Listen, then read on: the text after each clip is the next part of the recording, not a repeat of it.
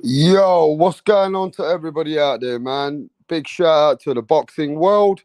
Whether you're from Australia, whether you're from the United States, whether you're from London, whether you're from Europe, wherever you're from, Japan, anywhere. Hey, listen, man, you're welcome to Rap Star Boxing. Now, let me tell you this. Today's live is about the newcomers. Today's live is about the fucking fighters that we're talking about now, which are coming up. I'm done with Errol Spence and I'm done with Terence Crawford. The guys that are coming for the smoke is Jarrett Boot Ennis and Virgil Ortiz. These are two young lions that have made a name for themselves across the pond. The number one and number two fighter out there after Terence Crawford and Errol Spence is Jarrett Boot Ennis and Virgil Ortiz. These are two guys right now that are dominant. Two young guys that are making a name for themselves. Which one of these guys is the real deal?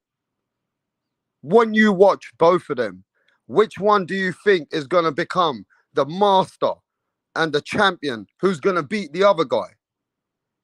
Who do you believe beats the man right now? Now we're going to talk about it. Jarrett Boot Ennis, I think he comes from Philly. The man from Texas, Virgil Ortiz. These are two guys that are matched up. And who wins that fight? Who's a better fighter in your eyes? When you watch boxing and your eye test and you see a fighter coming up, what fighter do you think is all round a better fighter? And why? It all depends how you look at it. But we're going to talk about it on today's live. So, yo, smash that like button. Support the channel. You know, I just woke up. It's Wednesday, early morning. Wednesday morning today. I'm just getting my cup of tea together. You know what I mean? My voice might be a little cranky. Give me a minute. Let me have a cup of tea as I'm talking.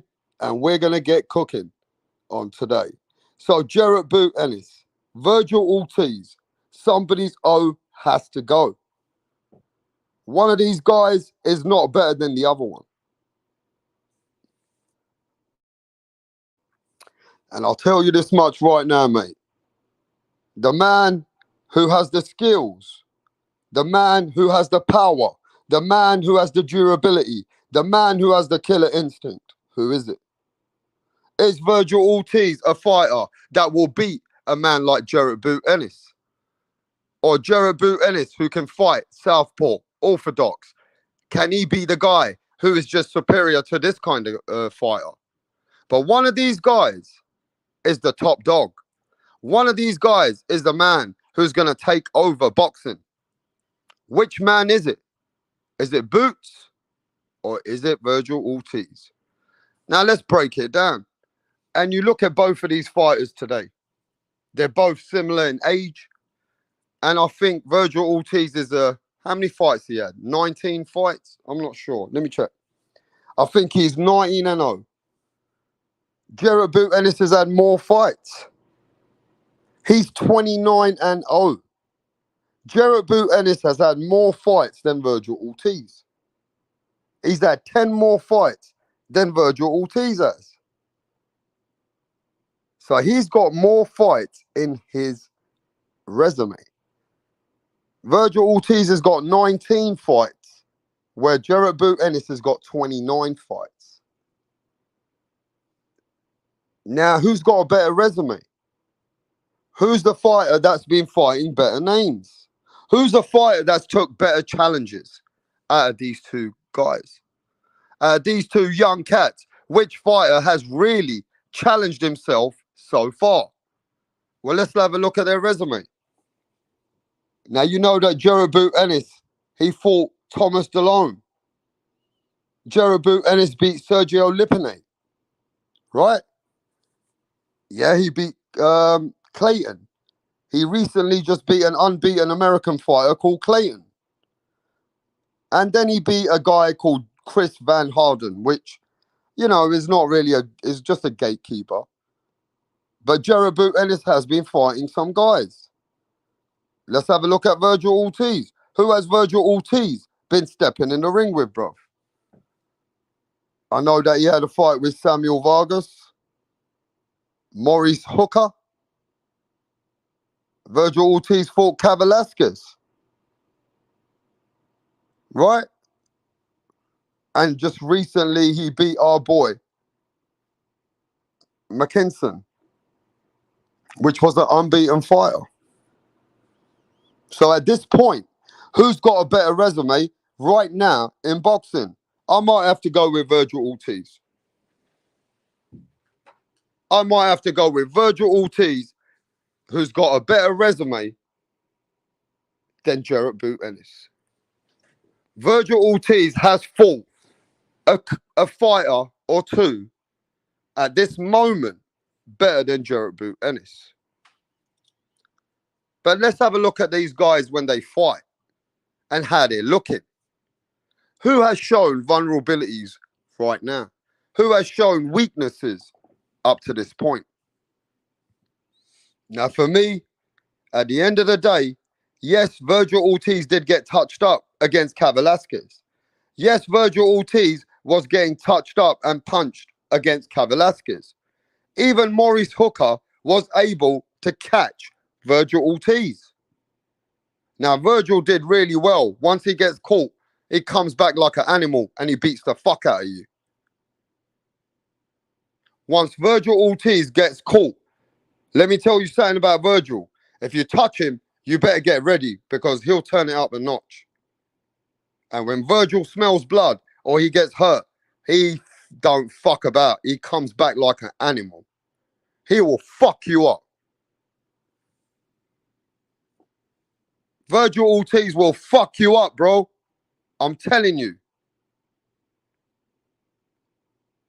If you think that you're going to get away with touching Virgil, once Virgil gets touched, he turns into an animal.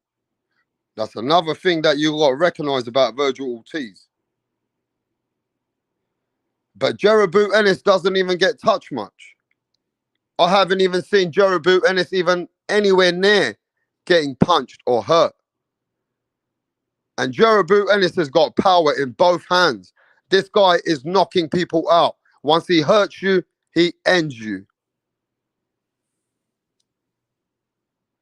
Once he hurts you, he will end you. Jarrett Boot Ennis has got smart ring IQ. He fights from a distance and then he brings it to you. Virgil Ortiz is a pressure fighter. Virgil Ortiz will come with his jab to the body, to the head, and he be consistent. At this point, Jarrett Boot Ennis is a fighter, though, looks more slick. Jarrett Boot Ennis is slick. He's more slick than Virgil Ortiz. But look, I can't see who's in the chat right now. Give me a minute. Give me a second, yeah? And let me come back to the chat. Hey, yo, somebody come and cook. I just got to do something.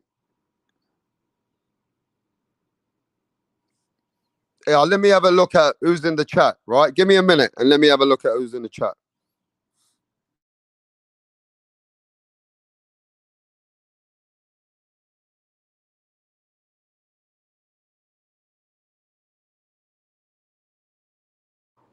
Yo, yo, yo. Big shout out to Consolary.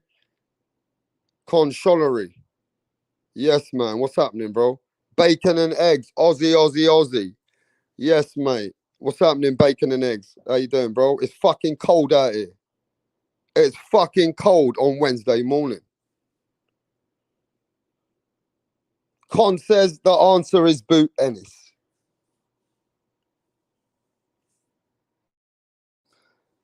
Consolary says that the answer is Boots Ennis.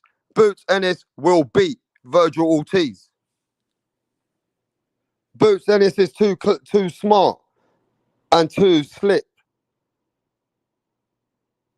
Con says that Boots Ennis will beat Virgil Ortiz, bro. Although I like Ortiz. Bacon and Egg says I prefer Ortiz. Yes, man, my brethren. Rider of the storm. Wagwan. What you say, Rider? Fratnell House, what's happening, bro? Preach. Jarrett Boot Ennis for Jose. Jose says he's got Jarrett Boot Ennis, bro. Ennis don't wait. Was he say Ennis don't waste it on Ennis don't waste his punches? Yes, boxing with Frank. What's happening, bro? I gotta say, I'm going with Virgil. Boxing with Frank is going with Virgil Ortiz. Virgil has the more notable names on McKinson and the top 10 147s at this time.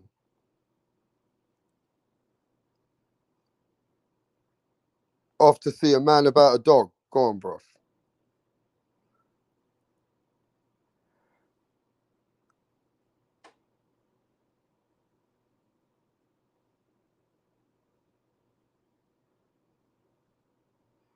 Steven says Tyson Fury says that if Usyk doesn't fight him, then he's going to fight Joe Joyce. I like that fight. Steven, I like that fight, bro. I like that fight for Tyson Fury and Joe Joyce more than anything else. Joe Joyce deserves a big fight now. It's about time, Steven, Joe Joyce fights the big boys. Whether it's Wilder, Anthony Joshua, Tyson Fury is the dog. He's the top dog out of all of them, bro.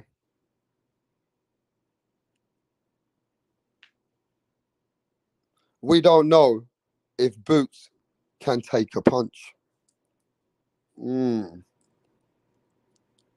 That's a good one, though. We don't know if Jarrett Boot Ennis can take a punch. We don't. We don't know if Jarrett Boot Ennis can really take a punch right now. We know that Jarrett Boot Ennis can fight. He got the skills. But can Jarrett Boot Ennis take it? We know that Virgil Ortiz can take a punch. But we don't know if Jarrett Boot Ennis can take the smoke. Now, we know that Jarrett Boot Ennis is 10 out of 10 giving that smoke. That Jarrett Boot Ennis is 10 out of 10 when it comes to giving it out. But can Jarrett Boot Ennis take it? That's the question, you know. It's all right to say Jarrett Boot Ennis in this and Jarrett Boot Ennis that. But you ain't seen Jarrett Boot Ennis in anything that tells you really what he's made of. At least with Virgil Ortiz, you've seen him in adversity with Kavaliauskas. You've seen that Virgil, he comes back fast, strong, and very hard. You know that Virgil can take a punch because he's been in that situation. But we don't know what Jarrett Boot Ennis can take. We've seen what he can give. We know that Jarrett Boot Ennis's boxing skills are great, but what can he take? But go on, Frank. What's happening, bro? Yo, what's up, Rap? Another good subject, man. You're killing it with the subjects. Yesterday was a good one with the crew, Yesterday was Shakira. let me tell you about yesterday. Yesterday we got thousands and thousands of what's it called in the chat. That's the most analytics people who spoke in my live was yesterday. Yeah, man, that's why I called it the lowest hanging fruit. But I mean, hey, you do what you got to do, right? I mean, it's your show. No, what I mean is we got the most numbers in analytics for people in the chat to actually write in comments. Engagement, yeah, The yeah, that, engagement was on another level yesterday, bro. yeah. Well, when you touch on those type of touchy subjects, you know, people get very emotional, which I mean is good. I like you. That's why I like Rap show. It's free smoke. Rap don't censor. Rap don't play favorites. Big ups. I respect, man. No, I got love for all of you, bro. Yeah, man, I see that. You don't play favorites. You don't let people fanboy. You know, you check Even everybody. we even give Mirage his Oh fucking my, yeah, time. the dude's been kicked from everywhere. So But yeah, but what do you think about this, right? You know, Jarrett Boot Ennis has made a big name. Virgil Ortiz seems to be a bigger name, right? Because he yeah, beat McKinson in England. A lot more people know Virgil Ortiz right now more than Boots. But as when you look at the eye test, and I really want you to break it down, Frank, as a uh-huh. boxing fan. When you look at the eye test coming up where they are today, which fighter do you think has what skills better than each other? Do you think you can break that down? Yeah, I mean, just being a boxing fan, I'm always partial to the big puncher, to the a certain style like Virgil's 19-0, 19 KOs. He's gonna walk you down. He throws to the body. Ennis is more flashy. He's your more prototypical boxer puncher in the vein of Mayweather. He probably hits a little harder than Mayweather. They both have defensive flaws. People pointed out that Boots has been rocked before on his way coming up. They both show flashes of brilliance, but I mean, we still don't know much, man. I hate crowning people. I hate I'm not ready to crown people before they've proven it. You know, um, it's just I've seen too many fighters fall by the wayside. Do you remember a guy named Panchito Bajado? Who? Panchito Bajado. I don't remember him, Frank. Okay, the last one, Jose Benavidez. Yeah. He was supposed to be a superstar. Adrian Broner. I mean, we've talked about him several times. I mean, we just don't know, man. I mean, it's so easy. I mean, I remember Boots Ennis is probably the closest to Adrian Broner, just with that style, kind of flashy, explosive style. And look what happened to AB. Now, Boots doesn't have those kind of doesn't seem to have those kind of issues, but he is a big boy, and he probably will grow out 147 really soon. I mean, same with Virgil. That's why Virgil had the weight problems. But we don't know. But stylistically, I think more people pick Boots just because he's a little more flashy. He has that Broner Mayweather style, and people are a little not so high on Virgil because, like you said, he's been touched up. But I haven't really seen any weaknesses in Virgil as well. Now, do you like when I said that? Look, we can see that one who looks more skilled is right. Jarrett Boot Ennis, but the one we don't know whether he can take it. We don't know what's going to happen to Jarrett Boot Ennis once he takes a Virgil Ortiz punch to the face. Hey, you know what? Because what we know about Virgil is Virgil's been punched by Velasquez straight flush. Yes. We've seen Virgil can take punches. Now we've seen Virgil come back strong from taking punches. Is the truth of Jarrett Boot Ennis going to come when somebody actually punches him in the face? Yeah. I mean, that's always the thing, right? The chin. People say, that's why they question Ryan Garcia because he's been knocked down. But hey, you get back up. If a guy gets back up, then he obviously has a good set of whiskers. I mean, it's boxing, dude. You're going to get hit, and you're going to get hit hard. There was a guy, I remember, he was supposed to be the next Golden Boy, Victor Ortiz. Do you remember that fight when Madonna just cold cocked him? And he said, no mas? Yep. And people were high on Victor Ortiz. So yeah, the chin is the most questionable thing. But I mean, it's boxing, dude. I really doubt that Boots can hold up against Virgil if he got caught clean. Do you know this is a really good one? Yeah, but this is a good one. The only way we can tell is if these guys fight common opponents, right? Now, sometimes that gives you that theory, right? I know all theories are not right, but sometimes it at least gives you opportunities to look at fighters when they fight fighters which are common opponents. Why not Boots fight Velasquez now? I think Velasquez is at 154 now. Oh, is he? Is he moved up?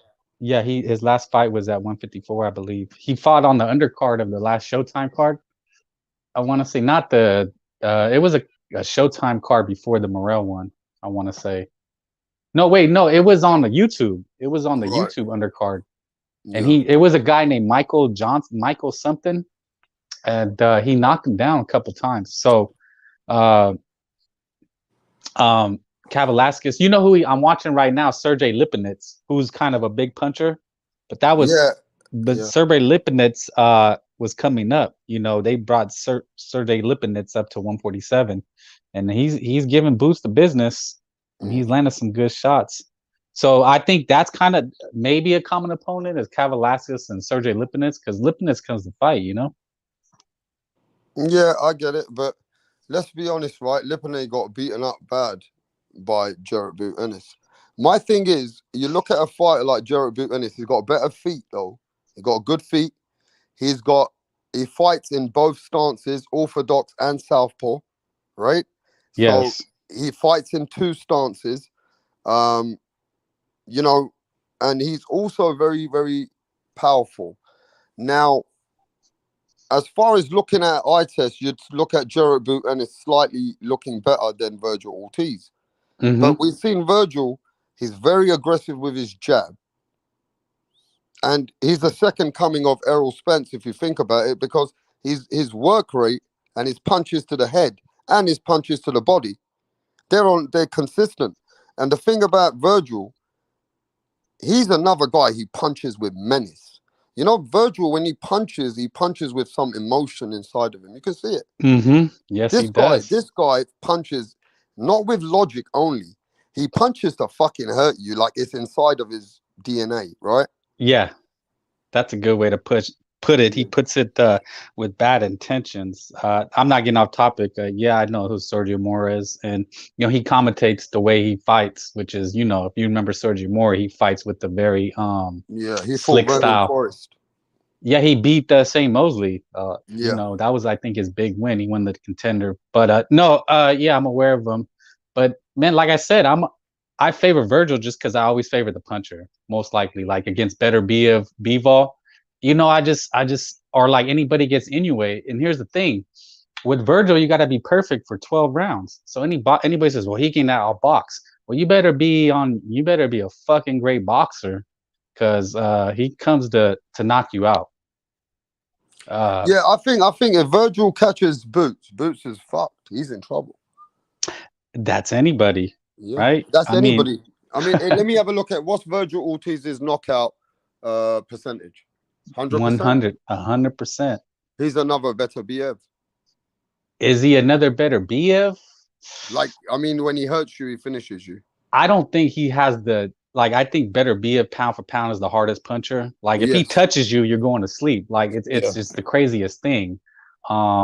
Whereas Virgil, it's more of like he's going to the body.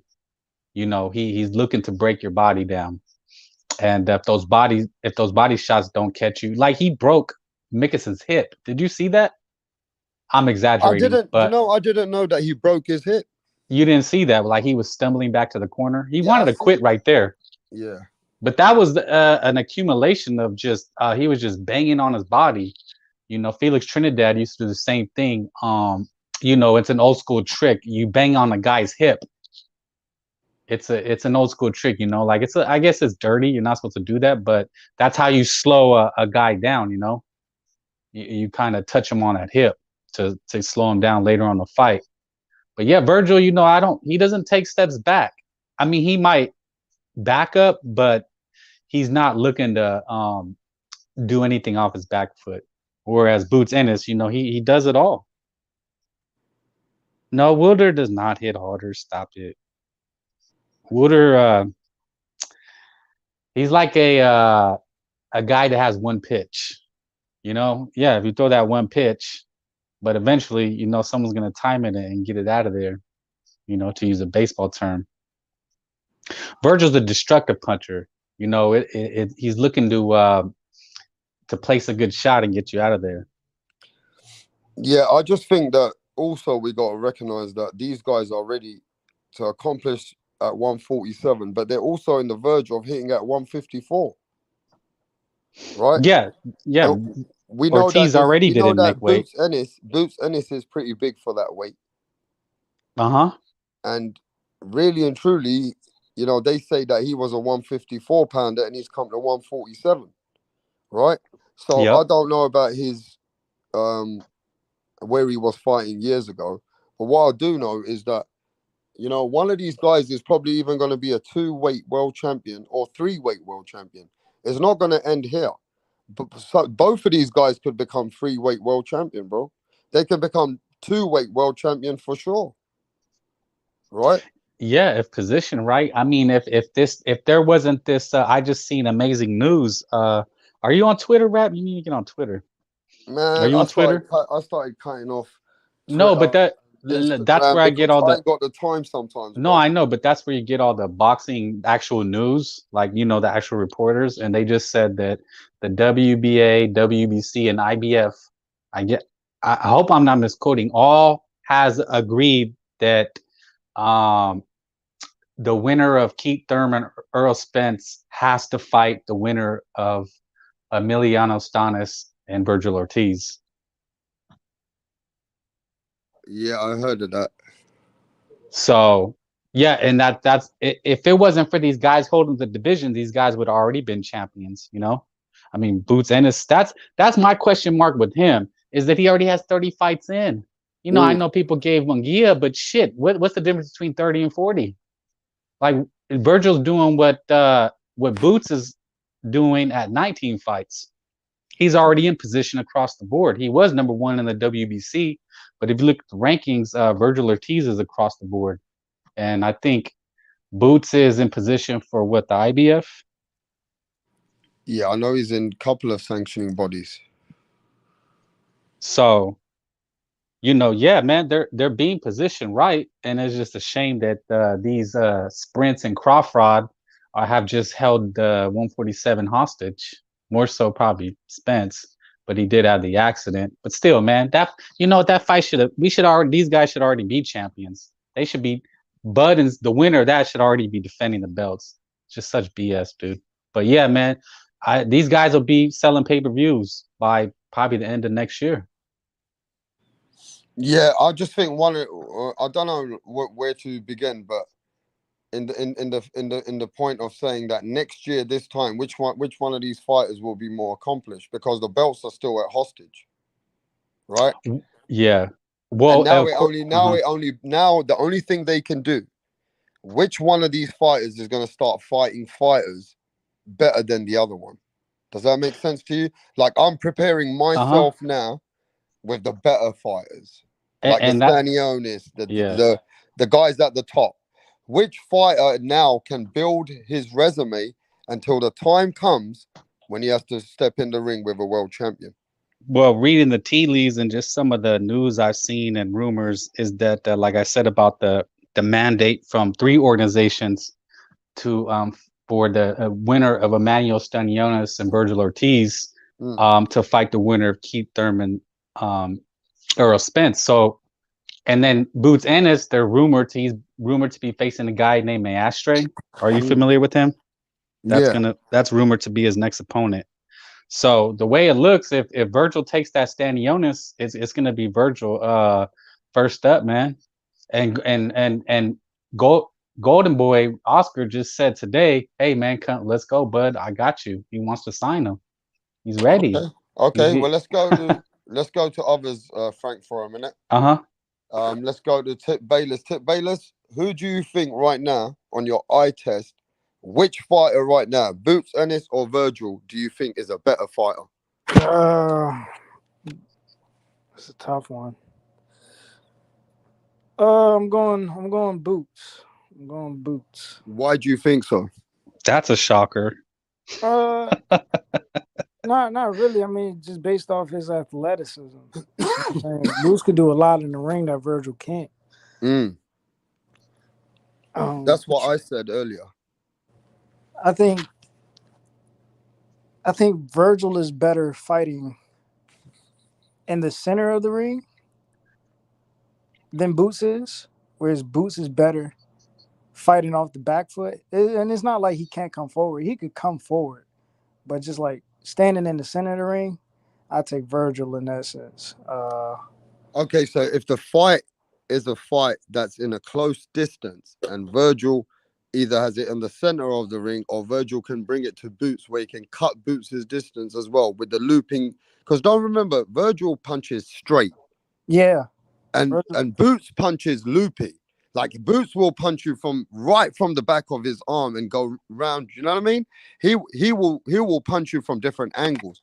But Virgil comes in. Like, Virgil will punch you straight punches. So if the fight's toe-to-toe in the middle of the ring, you give it a Virgil Ortiz. Yeah. That's a good point, you know. It depends how the fight goes. What else?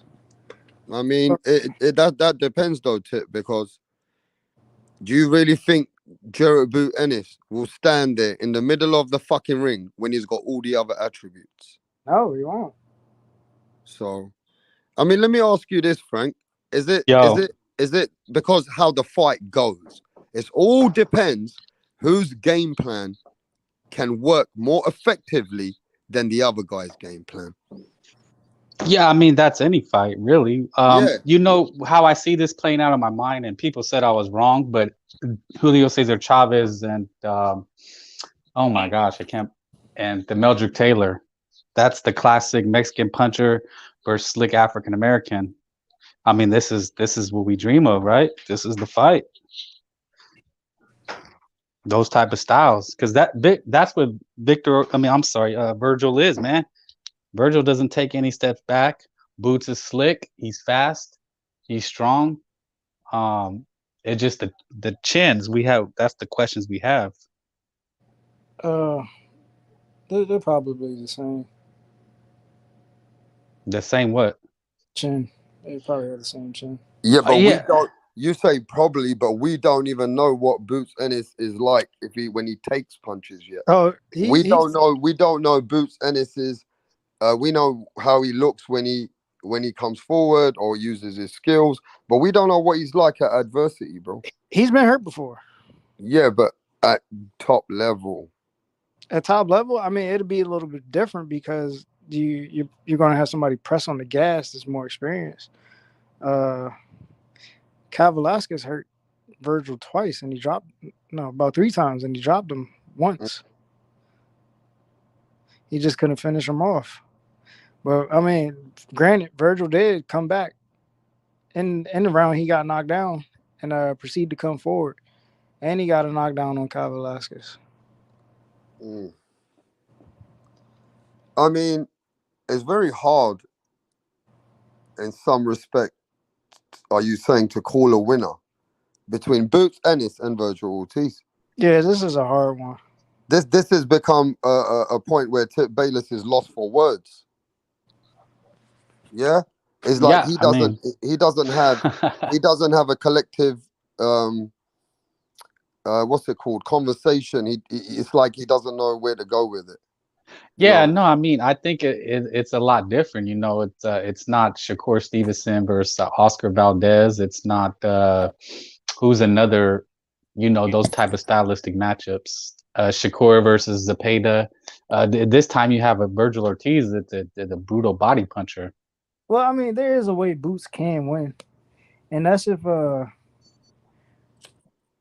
he makes Virgil fight, not box but fight. If he makes Virgil fight, I think that'll give him an edge because Virgil opens up. Virgil opens up a lot, and then he gets hit.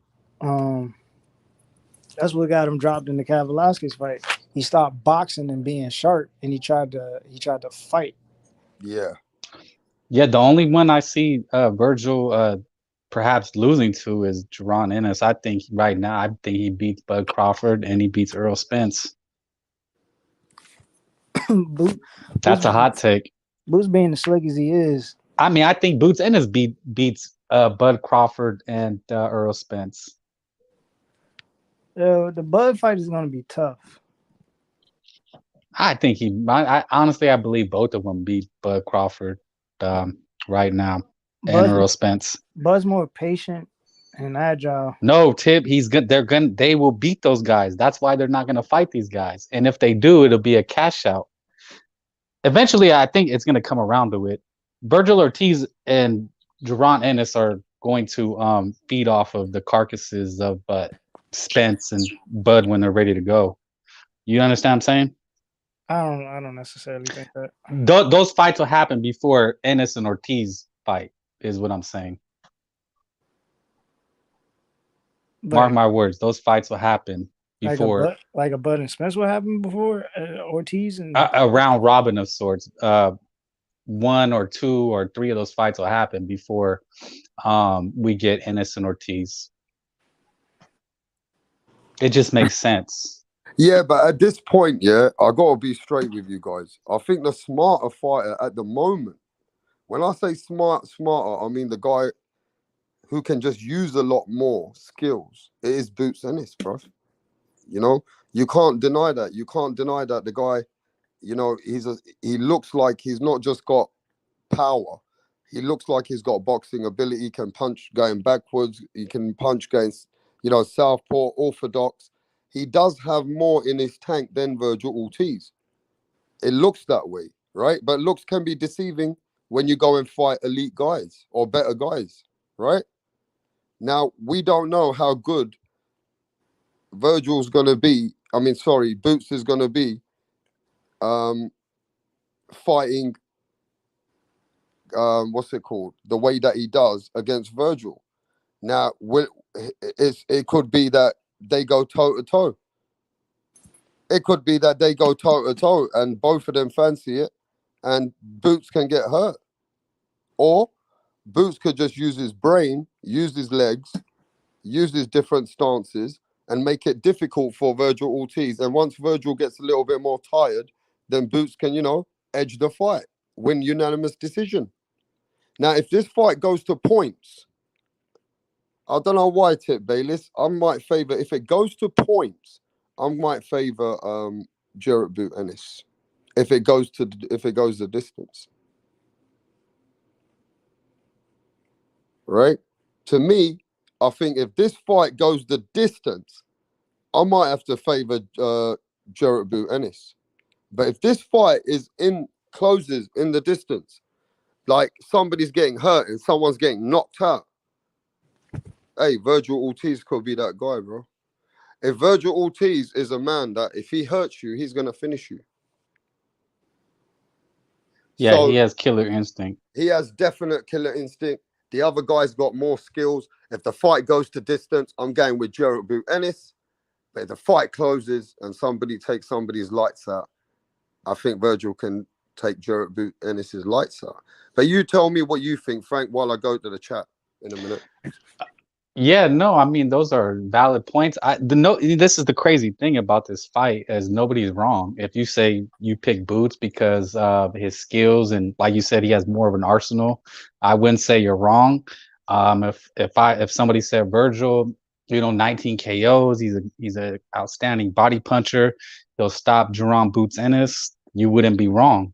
The only thing wrong is if you're a fanboy and you come in here and say that oh no, Virgil Ortiz washes Boots Ennis, or Boots Ennis he washes Virgil Ortiz, then I think you're just fanboying. But yeah, so let's see what the chat says, right? Mm-hmm. So Usan 007. Hey, listen, bruv.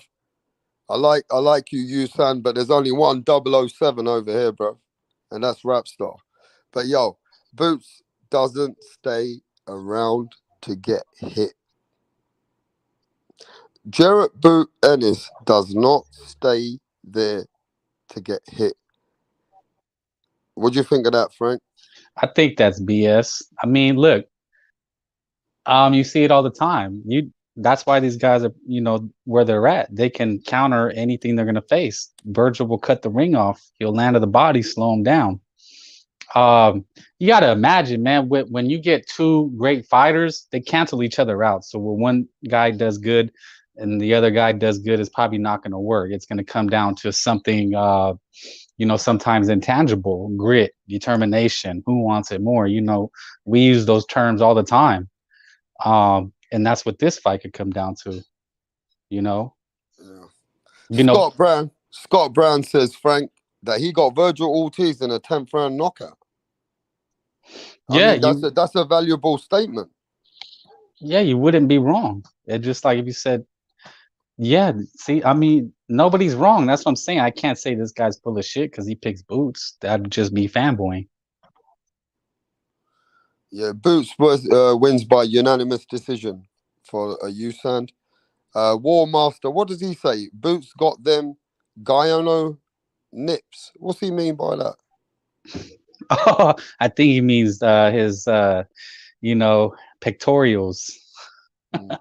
Ralph Unreal, my brethren, Ralph says, I favour Boots to beat Ortiz. I also think Crawford beats Ortiz. Okay. Right. Fair, but wrong. No. Yo, what's happening, Jeff? What's happening, my brother? The homie, what's up? Scott Brown says, I think Virgil and Boots beats Spence, but not Crawford. Who and you know, can I just answer that rap or Please. rebuttal? Yeah, You know, everybody look, I get why people have Crawford on his pedestal, but who in the last 5 years has he fought that is equal to either one of these guys? Amir Khan, an old retired Sean Porter, Van Horn is equal to these guys. He hasn't been in the ring with killers like this. Let's stop the Hey, cap. Crawford didn't want the smoke. He wanted business. So leave Crawford alone. You can see, even with the eye test, you can see Crawford's skill. But he hasn't been in the ring with guys like this. He didn't even want the Spence smoke. So let's stop the cap that it's just that easy to call. That's what I mean. All right, so it's fanboying. Sorry. All right, so let's quickly go to the chat. Djembe says Boots will dominate Ortiz. Too much skill and tools for Jarrett Boot Ennis. All right. Salute to Bruce Goes in the building. Scott says, what 147 punches like Velasquez has Boots been in the ring with? Boots fights fighters from 140 pounds and brings them up. He's not lying. Wow. Yo, big shout out to my brethren, Toby. Toby, what's happening, mate? Yeah, that dude's everywhere. Yeah, Toby Bartlett in the motherfucking building. He's been on this YouTube he's a boss. He's been on this YouTube longer than everyone's had these channels. That dude loves boxing, man. He's a G. He's a G for sure. Jeff says, I favor Boots over Virgil Ortiz, but not by much. Just going to be a hell of a I fight. respect guys like Jeff's opinions. See, those are the opinions I respect, because it's like, okay, you pick who you pick, but you're not fanboying and not giving either guy a chance. Right. So what does Scott Brown says, I would have had Virgil as a 140 favorite. I would have Virgil as a 140 favorite. Going into the fight? Okay. I think it'll depend on who's champion first. If everything played out the way they're saying, just off top, and Virgil beats Stanionis and then gets the winner of Spence and Thurman and wins and has 3 belts, it's going to be Virgil. To be honest with you, though, I'm going to keep it real with you guys. If Boots Ennis can deal with Virgil Ortiz on the inside, then Virgil's in trouble. Because on the outside, I believe Boots can maybe edge it. But on the inside, I've got Virgil Ortiz. So it all depends. Is Boots going to be able to bring it on the inside and the outside to Virgil Ortiz, Frank? You understand that? Yeah, I understand it, and I think the worst thing Boots Ennis could do would be to stay in there with Virgil. He's not going to do that, man. You don't stay in with body punchers like that. There's not many out there that are as destructive to the body. But if Boots can take it or stay on the inside, then I feel like Virgil might lose that fight. But he's not going to. He's not. It would be. What do you think, Tip Bayless? Can Jarrett Boot Ennis hold it on the inside with Virgil Ortiz? Yeah. Yeah. Hell yeah. Okay. That's what I mean. Like I said, I mean, if it's in the center, nah, he's not. He shouldn't do that. I don't think he can do it in the center. I mean, if Virgil got him backed on the ropes, man, listen, and it's going to take care of that. It's going to be sharp punches. I tell you, he's too slick on the inside. But once he backs against the ropes, he likes to be on the ropes. All right. Well, let's go to Djembe. Djembe says Boots will beat Ortiz on the inside and the outside. Okay. Little Java says that Boots will win. So let me tell you what's going on right now. It's a 80% Boots. We're already at 80% Boots. Already with the chat, with the way that I'm seeing the people speak, it's like Boots is 70-30 already ahead in the people's eyes at the moment on Rap Star Boxing. Unless I start seeing fans talk about Ortiz, then you better let it be known and not just be playing with yourself and watching. All right? Because we got 30 people in the building, and I want to know from you guys, who's the man? Virgil Ortiz or Boots Ennis, so that I can see what's going on. Because right now it looks like Boots, then Virgil, then Boots, then Virgil, and it's more for Boots. So, and when you asked me, that's what I said. I said most people are going to go for the flash and what they see. That's just how most people see boxing, hey, They'll Boots see. is taking over, Frank. Even Yeah. everybody is saying it's Boots. And Let me that's show what I you. said would happen. Yeah, but look at this, Frank. Even new people coming to the chat. Craig. I've never seen Craig, but respect to you, and smash the like button, mate. He says Boots beats everyone pretty comfortably. I think Ennis is going to be the pound for pound top dog in many years to come. Right. So let me just say this. People are just high on Boots. It's all about. Let me tell you something, bro. Boots in the eye test. When you look at a fighter, What's up, man? they believe Boots has got the skills way better than Virgil. What do you think, Mastermind? Who's the better fighter? Who's got the mastermind? Who's got the mastermind on the fighter? Who's the better man? Oh, they both undefeated, right? Come on, man. You know they're both undefeated. Nah, I don't know, man. It's close. It's a close one, man. I gotta go with let me see. I don't know the power. You gotta go with Boots. Then with Ortiz, I don't know, man. Ortiz people have come out. Bacon Eggs, Rider of the Storm. They got Ortiz winning. I can see Ortiz. Now we got another guy, Vigilante. Vigilante says, nah, man, Ortiz is winning. So now the Ortiz now people have come out for Ortiz. So, okay. Now it's like 60-40. Do you think it's too early for him? 60-40, bro. Yeah, but Rap, what are people going to say if Virgil actually does take on Stanios and beats him, and then you got this Boots guy taking on Maestre? Yeah, then they're still going to say that? People might favor Virgil next. Yeah, it's about who you face, man. That's what it really comes down to. Is you don't know until they face stiffer competition. Yeah, so but let's talk to everybody else who's just jumped in, because I want to know from Mastermind, what fighter, how does he look at Boots' skill set, and how does he look at Virgil's skill set, and which fighter would gel better for the fighter when they both fight? Which fighter you think has that superior skill set to the fighter? Well, Mastermind. I gotta go with Boots on the left hook. I like his left hook. But on busy, on the style, on the busyness, maybe Ortiz a little bit more busier, but on the power, I'm leaning towards Boots Ennis on this one. With the big Boots Ennis has got. So let's talk skill by skill. Who's got more power? I say Boots. All right, Frank. Who's got more power? Virgil, especially to the body, he commits. Okay. Tip. Who's got more power? Ennis. All right. So we got 2 for Ennis. We got 1 for Ortiz. Now I want to ask the people. Virgil has 100% knockout ratio. How could you say Virgil that? Ortiz has got 100% knockout ratio. That's fact. Ooh, that better be. Got more power? I want to ask the chat.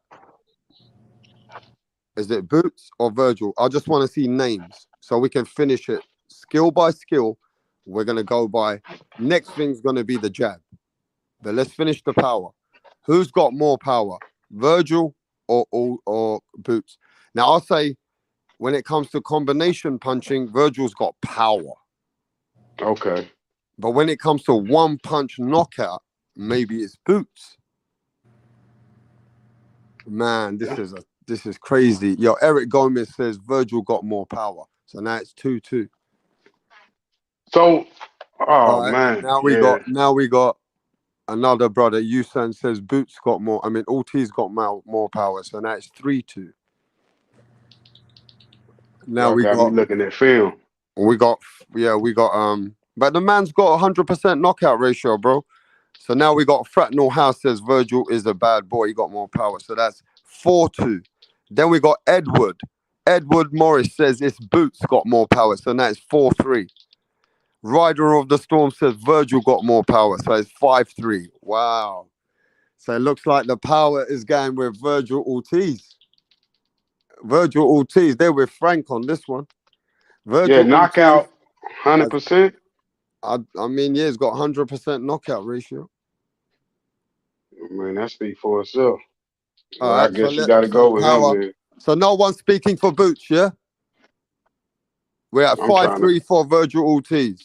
Okay, so we're going to go with Virgil. If I don't see no more people for Boots, we're going with Virgil for the power, bro. Virgil Ortiz. Okay, what's this guy say? Toby Bartlett says Boots got more power. This is like an auction, bro. It's like I'm selling a car. All right, Boots got more power. Virgil got more power. Okay, now it's 6-5. Fucking hell, what's going on there? What's this brother say? Hayes says. Ralph says, I think Ortiz by a little tiny bit. All right, Ortiz has won it, bro. All right, Ortiz got more power. How much power? I mean, how many knockouts do Boots got? Frank? Somebody posted 27, right? And 30 fights? 29. Yeah, that's good. 26 and 29? Huh? What did Skip say? 27 Or knockouts, Tiff? 29 fights. Okay, Ortiz so he's got about 80%. ADP respect. So the smart bet. Yep. Well, there's people he didn't knock out, so I'd have to give it to Virgil with 100%. Jeff says Boots. It looks like it's coming to 50-50, bro. I mean, but, you know, you can go either way. People have got Boots and people have got Ortiz. And look at this. We all are speaking about one subject, right? And it's just a subject as boxing fans together.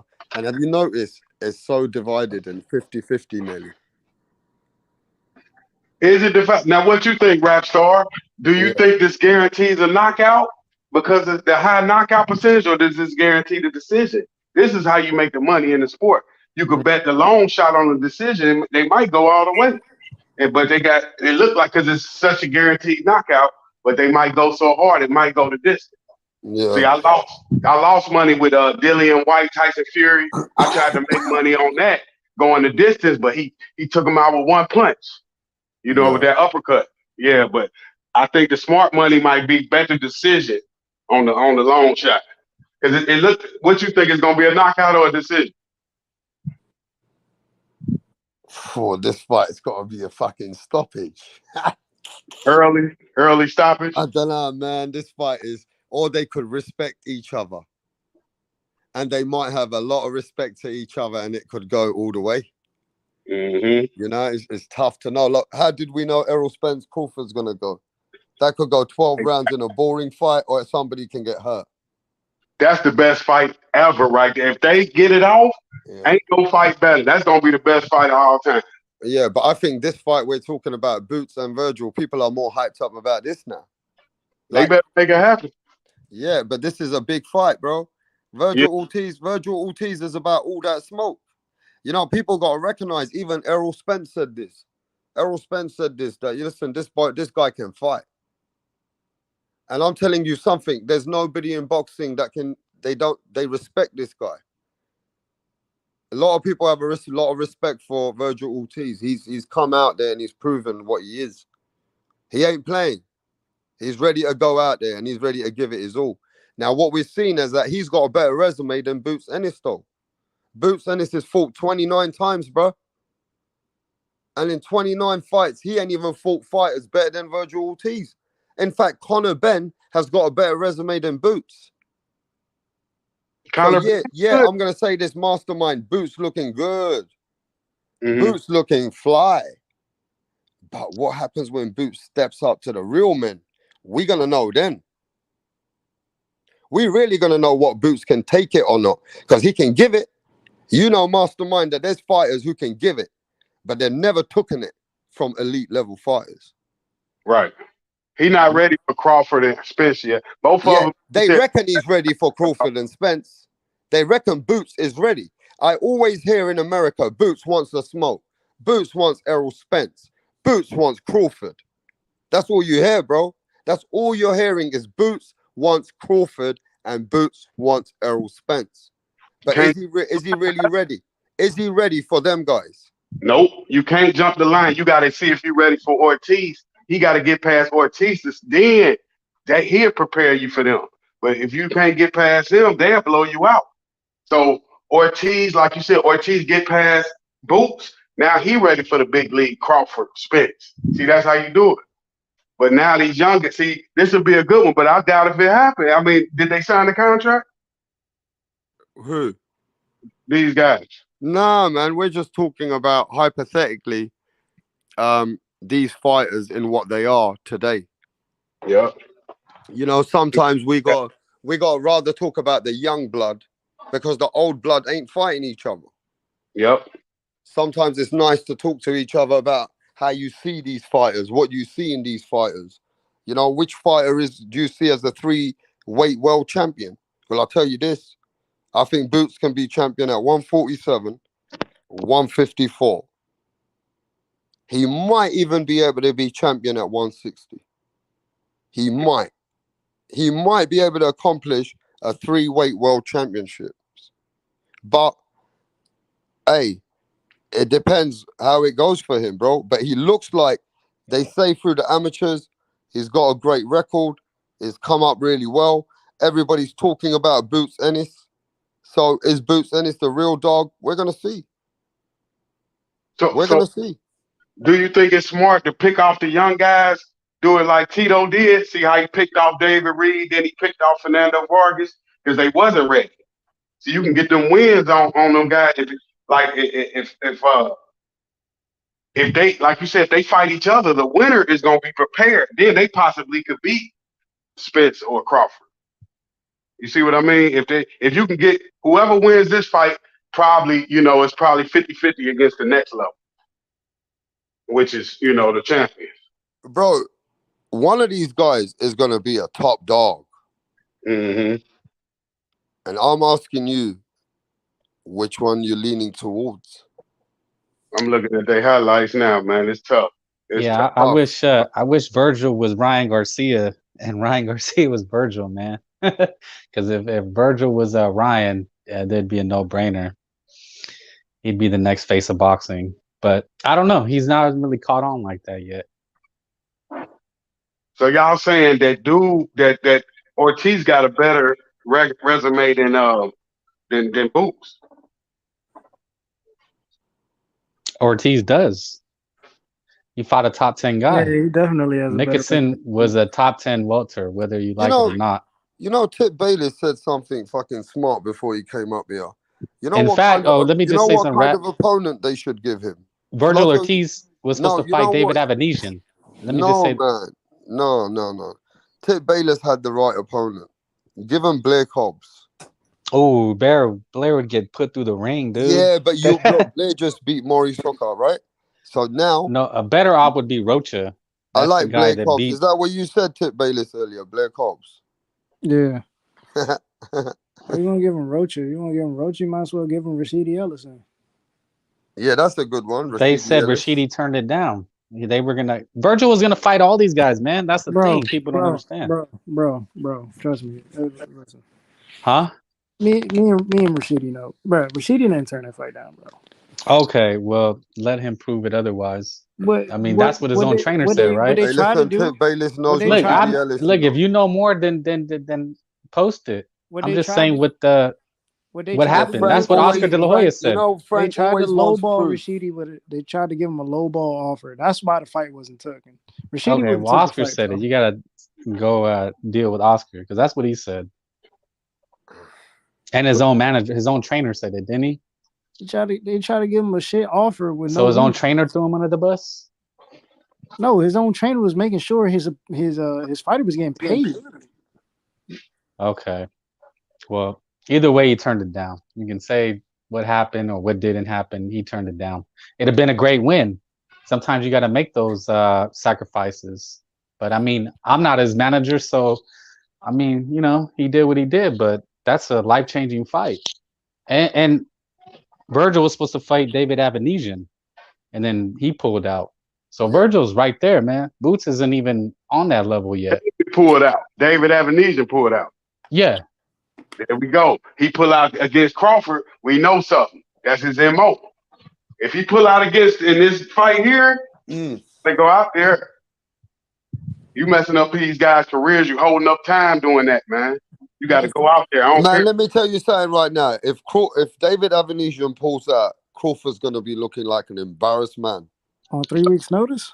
Crawford's going to be looking like an embarrassed man because then they got to get any opponent for him. And Frank, then everything that everybody said, Crawford's going to be looking stupid out here. Oh, yeah. I don't believe either one, but that's just my opinion. But I was just saying Avenesian was supposed to fight Virgil Ortiz, I believe in May or June. That's the fight that was supposed to happen. So Virgil's already up there, man. He's already taking on these guys. Boots, the rumor was he was fighting Rashidi Ellis. That was another rumor. But now the rumor is he's fighting Gabriel Maestre. So y'all think, so he definitely, well, he gonna have to get past this. So do you think he'll fight this guy or is he not ready for him? Who are we talking about? So Boots, is he trying to fight tough guys or? No, he's not. If he takes on Maestre, then he's not. He's not ready. So he looks the part. But, he's not. I don't know. We've still got to wait because Virgil, they're saying he's going to fight Stanionis. So that'll be miles ahead of anything Boots does for the time being. He needs somebody like Keith Thurman or something. He needs somebody like that to range his skill level. No, Thurman is going to fight Spence. They don't want to fight Keith. Hey, has any one of these guys fought Jamal James?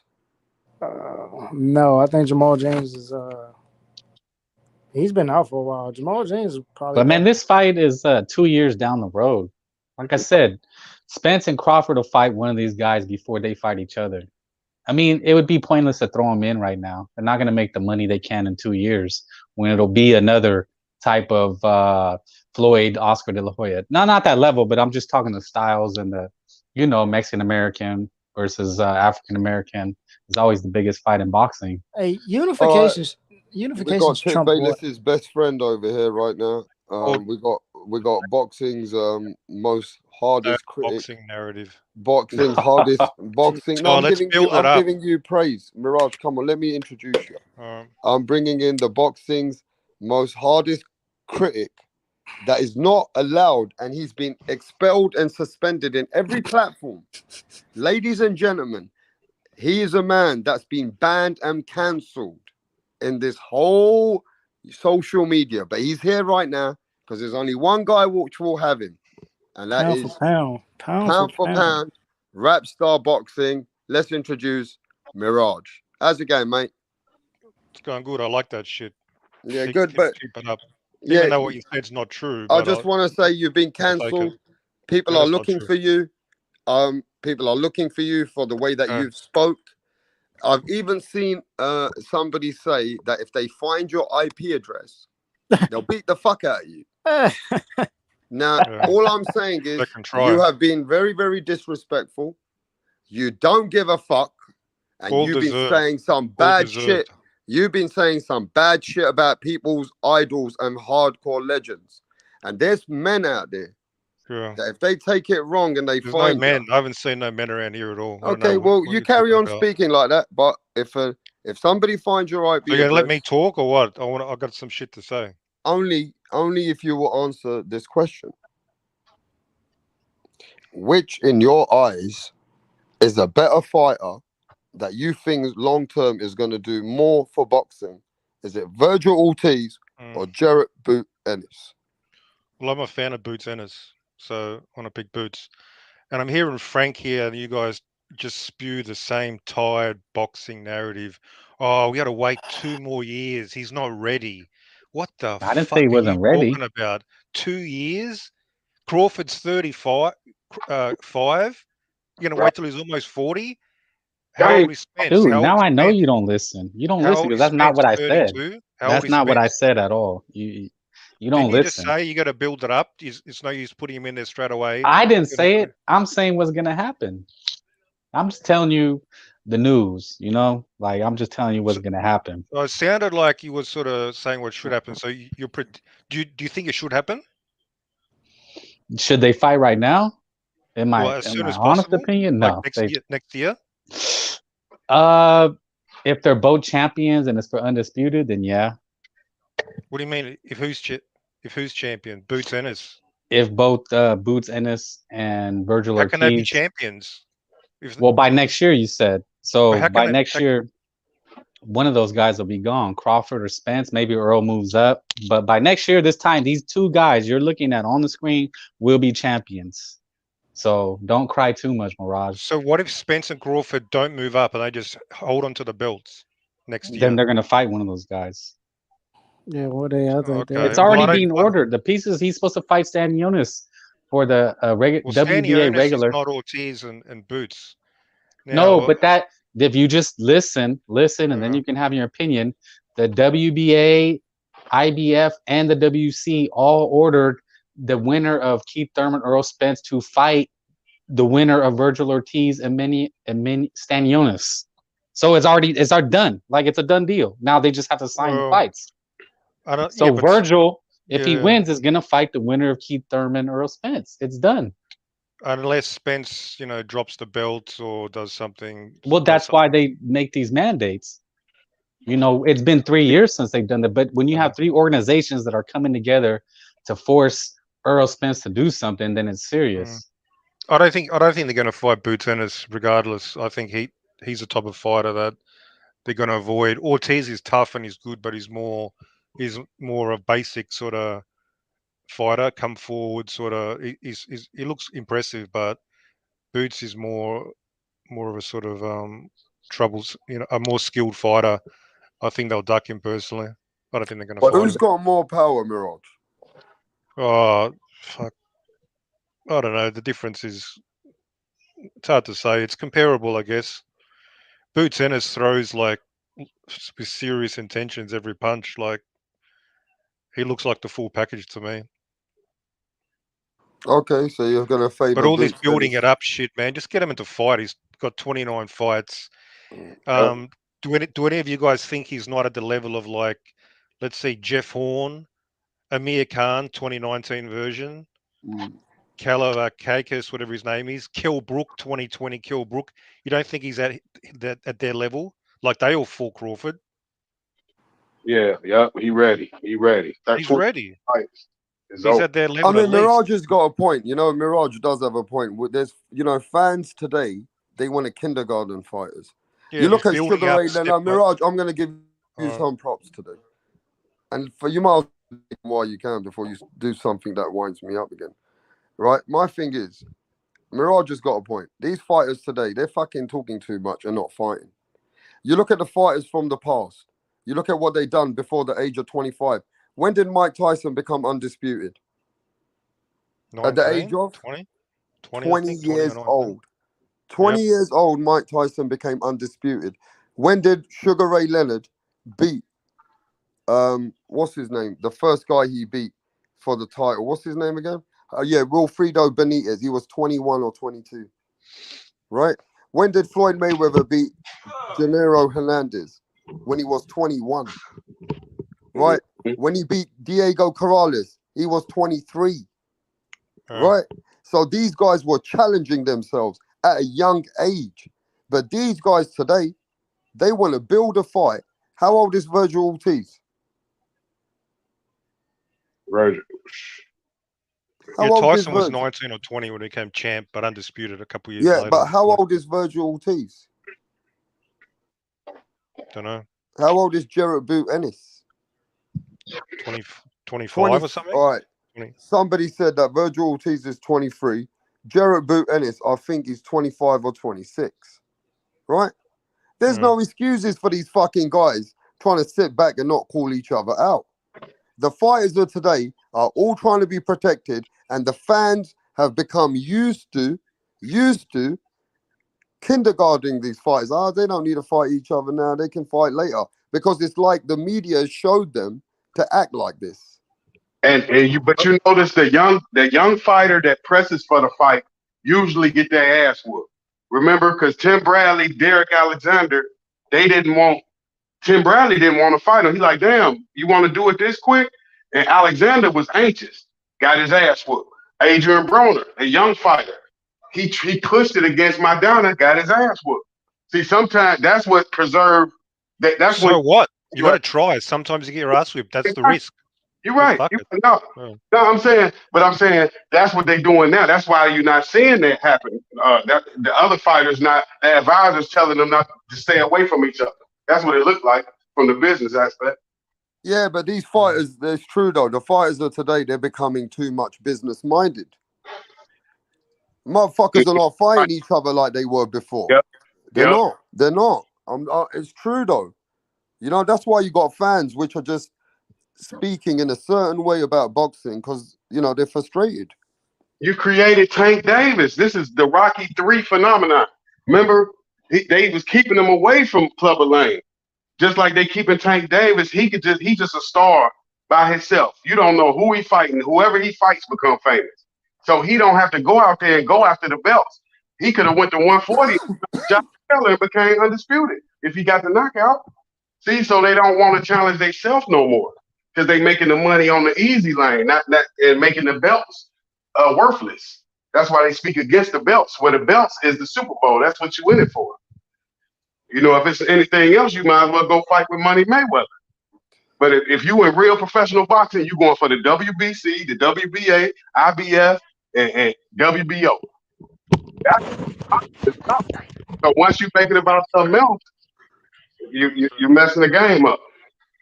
And you know, unfortunately, we're speaking about these guys today, but these guys probably won't even fight each other for the next 4 years. Nah, it'll be 2 at the most. Nah, I don't believe it. Hey, Mirage, when do you think these guys are gonna fight just like what Crawford and Errol Spence did in years later? Ortiz and Boots. I don't see them fighting like anytime soon at all. If at all. Problem. Yep. I'll be surprised. And they're already on right? and they're already on the different sides of the street. Yeah. Yeah, this fight ain't happening, ladies and gentlemen. This fight is going to happen when they're 34 years old. Yep. Look, when Errol Spence and Terence Crawford still can't get it on, while Crawford's 36 years old. Yeah. Ain't nobody fighting Crawford now. It's looking like Crawford is content. He content without fighting Spence. It don't look like he cares about the fight. Hey, brother, Crawford turned around and said that he don't even need this legacy fight. He's got legacies good enough. Yep. When have you ever heard a fighter speak like that in the past? Exactly. These fighters of today, they're twisted, bro. They got egos, too much egos. Mayweather knew he had to fight Pacquiao. He couldn't get out the game without fighting Pacquiao. And you got to get the win. You can't get the win if you're getting older. He's the older fighter. He need to fight him at 34. He already passed 34. He need to fight. 34 was the cutoff for you to win. He probably could have beat him at 30 to 33 years old. Now 34, 35 is against you. And he know that. Hey, let me ask everybody, what is the prime age that you want to watch a fighter? For me, it's between 21 to 28 or even 21 to 30, and that's it. 28, you at your best. 28, you're at your best of the best, really. Yep. Right? But if you fighting till 31, 32, okay, you're a mature fighter, you got it all going on, right? But what's the age that you would say that is the best years of a fighter that you would like to watch? I'm going to start with Frank, and then we go to Mirage, we go to Tip, and then we go to you, Mastermind. Frank, what age of a fighter do you think is the most enjoyable or the best of the fighter's career? I'd have to say between 24 and 28. I think they have to be young enough to be hungry and then mature enough to deal with it. You know, some of these guys, it's about maturity more than age, but about 24, you should be mature, you know, get the sow your wild oats. So you're saying between the 20s, it's the 20s, the late 20s, and between the early and the late 20s is the best. Well, 24 is like early 20s. But by 24, you should be mature. You know, I don't expect a 21-year-old to be mature, but 24, you should be in your prime, physical and mental prime. Okay. Yeah, the hardest to beat at 24, probably. Roy Jones, Sugar Leonard. Yeah, I mean, look, if you think that a fighter is the best of his life between 23 to 28 years old, I'd say is between 23 to 30 years old. Because some fighters, they, you know what I mean, they bloom a little bit later. I'll say those 7 years are very crucial for a boxer. You know, they're the best 7 years of his life. You know, once you get past a certain age, those injuries, hey, everybody knows this. You're not the same when you take an injury at 16 when you are at 26. It takes you longer to heal, you know? So you got the best life of your career is between 23, 22 and 30 years old. But today's fighters, you know, some fighters are going on to 36, 38. You know what I'm saying? 50. Yeah, it is what it is. But yo, let's go keep it moving. Mastermind, what age do you like to see the best of what's the best of a fighter? Well, you at your best, like the peak, 100%. I think at 28, 18. You know, being a professional at 19, 18 years old to 28, you got 10 years in the game. I think this is when you the most difficult to beat because you got the experience, you got the physical condition, you still got youth. Now you like the youth is kind of leaving you. You got a couple years left before 30. So it's kind of leaving you, but you got your experience in your mind. So I think that's when you at your absolute best. Man, I say, between 25 and 30. Because I see young guys, like I said, with Adrian Broner, he was a little too young and inexperienced, and that cost him against Maidana because his youth. He was too young to be in there with a guy that hit that hard with that kind of experience. See what I mean? He couldn't listen. See, if he could have listened, maybe he would have had a better chance. But he knew it all at 23 because of his youth. So he had to be saved from himself, you know, at that point. So he being young, I think a 28-year-old like Mike Tyson, Holyfield, Trinidad, they De La Hoya, they hard to beat, man. But also, if you look at it, the lighter fighters like the bantamweight, the featherweights, all the way up to lightweights, those guys fight to a later age because they're still in their, like, you know, because I've seen the fighters at a smaller weight category, they can carry on for quite a bit. Yeah, yep. You know, Yep. but you know, maybe it's because they're lighter fighters, they're smaller fighters, they got a longer longevity in boxing. Do you agree or what? I don't know about that. Remember, it's just I think everybody can. Because George Foreman shows you he came at 37 and fought about 46. You got Bernard Hopkins. He fought till he was 50 years old, and he was fighting very well at 45. He was better than everybody else at 46 years old. You beating the shit out of young guys. You know, 28. He beating up 28 years old at 45. You know, that was phenomenal. You know what I mean? It's like it was just his mind and his conditioning from taking care of his body. So I think even the little guys, I think it's just some guys can fight older in age. The ones that preserve their body good.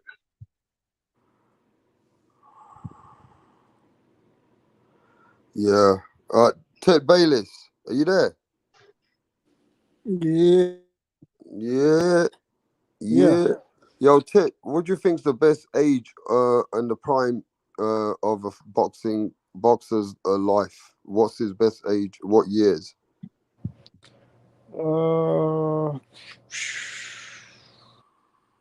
That's a tough one.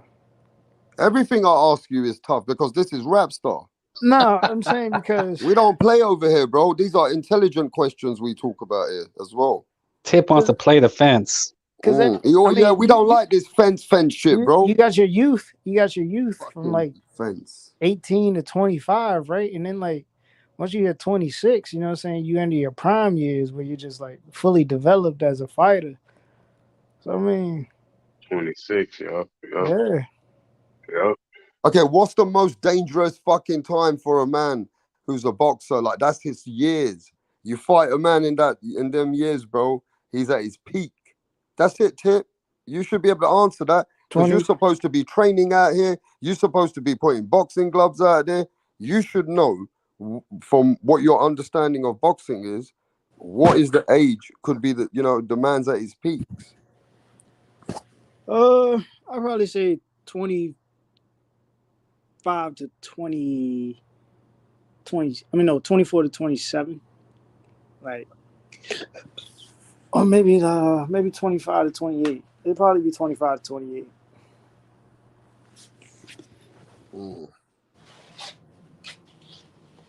Okay. They hard to beat. The elite athletes at that, bro, they can't be beat. Let's see what the chat thinks as well. What age is the fighter's best years in boxing?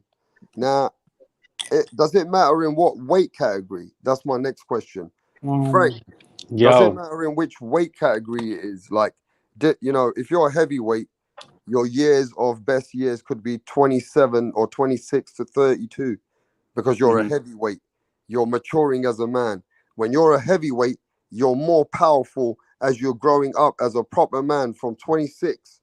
Now you're lethal at 30, even 29 years old as a heavyweight, you know? Do you think the weight category matters in what age you peak at?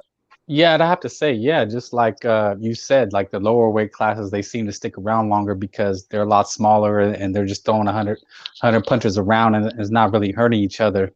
And then you look at heavy, they can stick around longer because you know, they're heavier. The guys are not as athletic. So if you look at 135, between 135 and 147, it'll be harder to stay around because the guys you're facing are more athletic, right? There's the heavyweight that is 38 is not going to be as athletic, you know, as a guy at 38 and 147. You understand what I'm saying? No, but he'll definitely crack harder. Yeah, but I mean, you can athletically, you can hang around. You know, you can stay in fights longer in heavyweight. Just lean on a guy. They're slower. They're not as fast. And just like at the lower weights, they're not hitting as hard. So you can stay around longer. But at 147, you have to be a special athlete. You know, and your athletic skills, like reflexes and timing, go way faster. But also, you move up in weight. You know, everybody moves up. You beat 147, but then you're fighting at 160, 168. But you also know this, Mastermind. Every time you move up in weight, you're not as faster. Your feet's not as faster. You got to adapt every time you move up in weight, right? So, you know, at the end of the day, some fighters. Oh, go ahead. No, I'm saying some fighters. Now, I'm going to say the age depends on how you fight. Now we're going to go to some real hardcore boxing talk. The age depends on how you fight. If you're a slick fighter, and you're a fighter who doesn't take hardly any punches, then of course you're going to have a longevity in the career of boxing. People hate Devin Haney, but he might be the last man standing, Mastermind. Now you get where I'm coming from. Yeah, Emma Shakur. Now you know you're a fighter who's a very fan-friendly fighter who puts people to sleep, but also takes a lot of punches. That fighter age is limited in boxing. Do you agree? Fernando Vargas. Yup, he got shortened. You see, they lasted a little bit longer. Oscar lasted longer. Tito lasted longer. They didn't take as much punishment. But Vargas, he took so much punishment, he had to leave the game a little early. Jermaine Taylor, he got hurt real bad out there. No, I forgot about Jermaine Taylor. Jermaine Taylor was nice. Man, he was nice, wasn't he? The best you ever seen. But Pavlik overwhelmed him, and that was a guy that couldn't handle the loss. I was surprised yesterday. I bought a Glenn name. Glenn. Look, man, it's very simple. At the end of the day, it all depends on the fighter and how his boxing style is. If he's a very strong fighter and he takes punches, but he hurts people, then also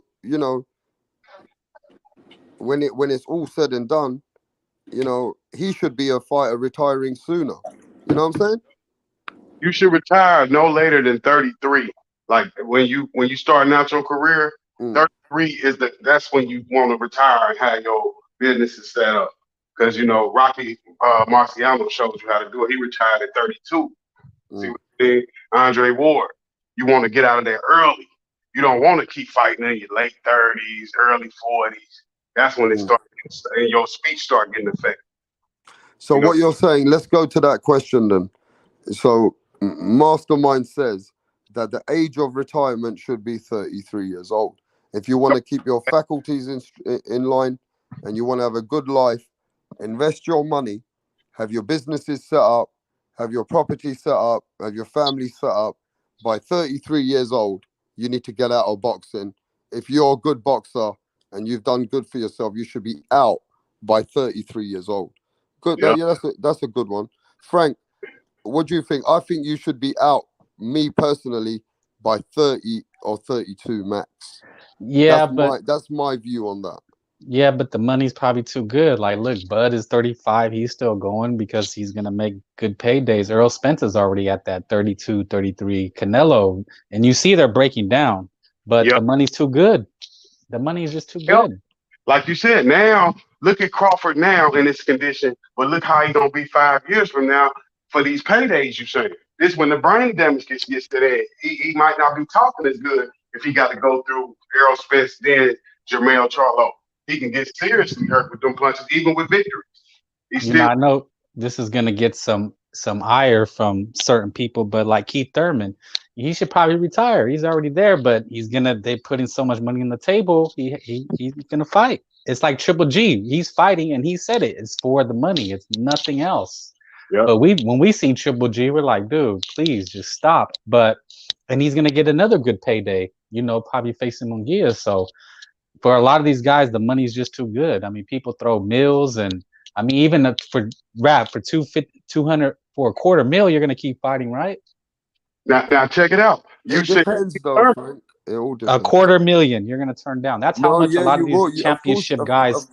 of course, you'll turn it down because look, boxing is not an easy sport, and somebody like Errol Spence, who's worth over 10, 15, 20 million, right? Somebody like even guys which are past 30 years old are worth over $10 million.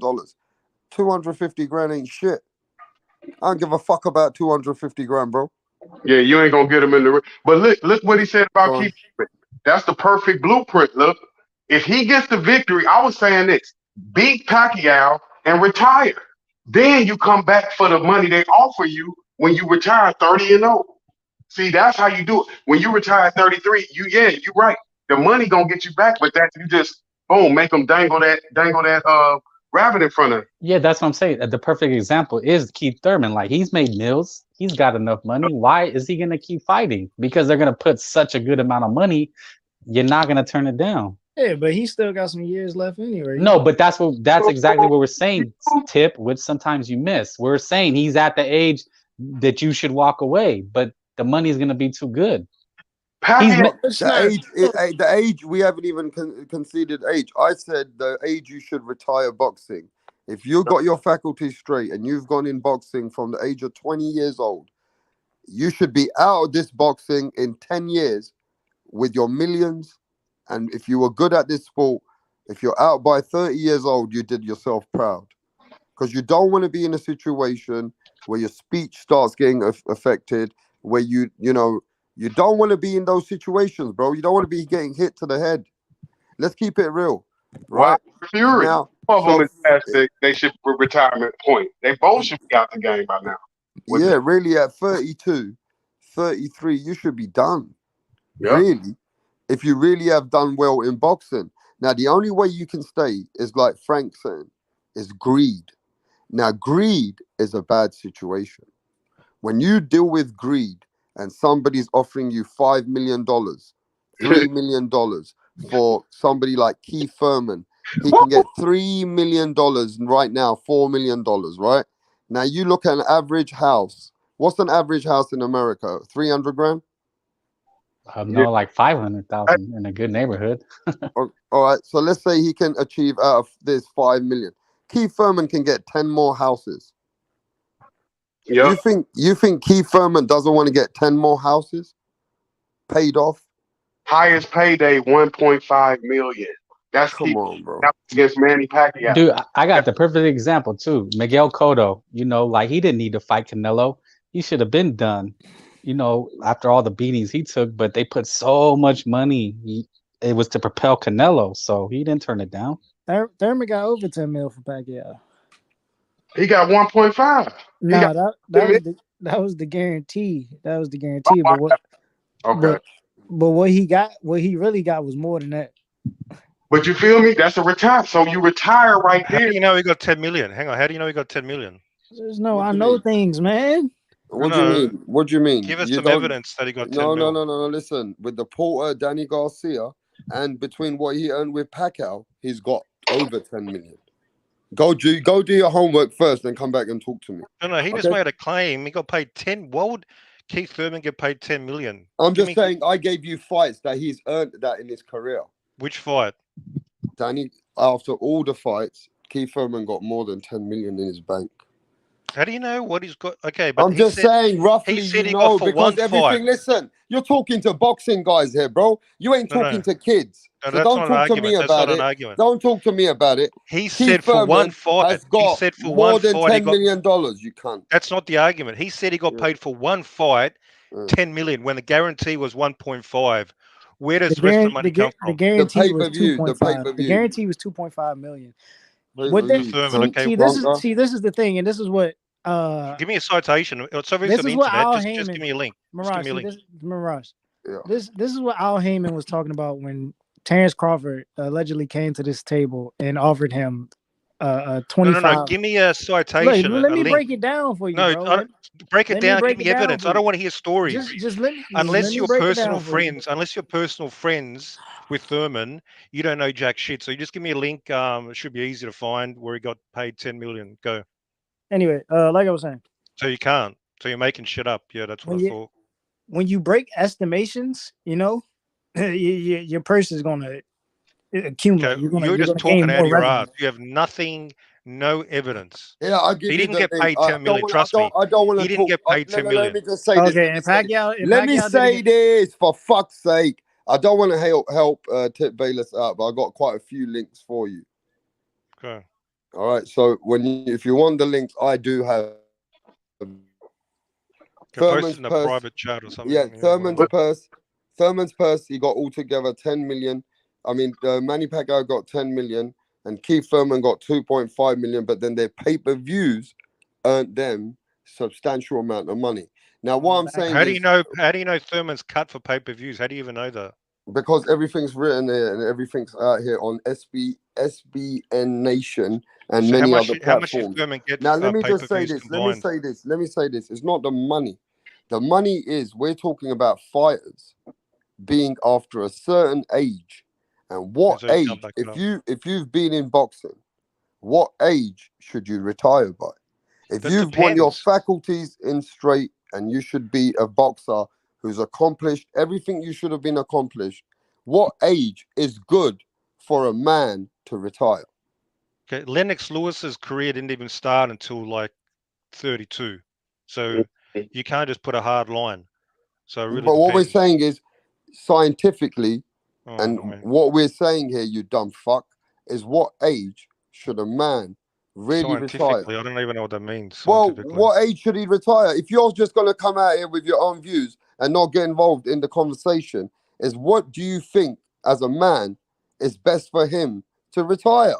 For his health? Yes, for himself.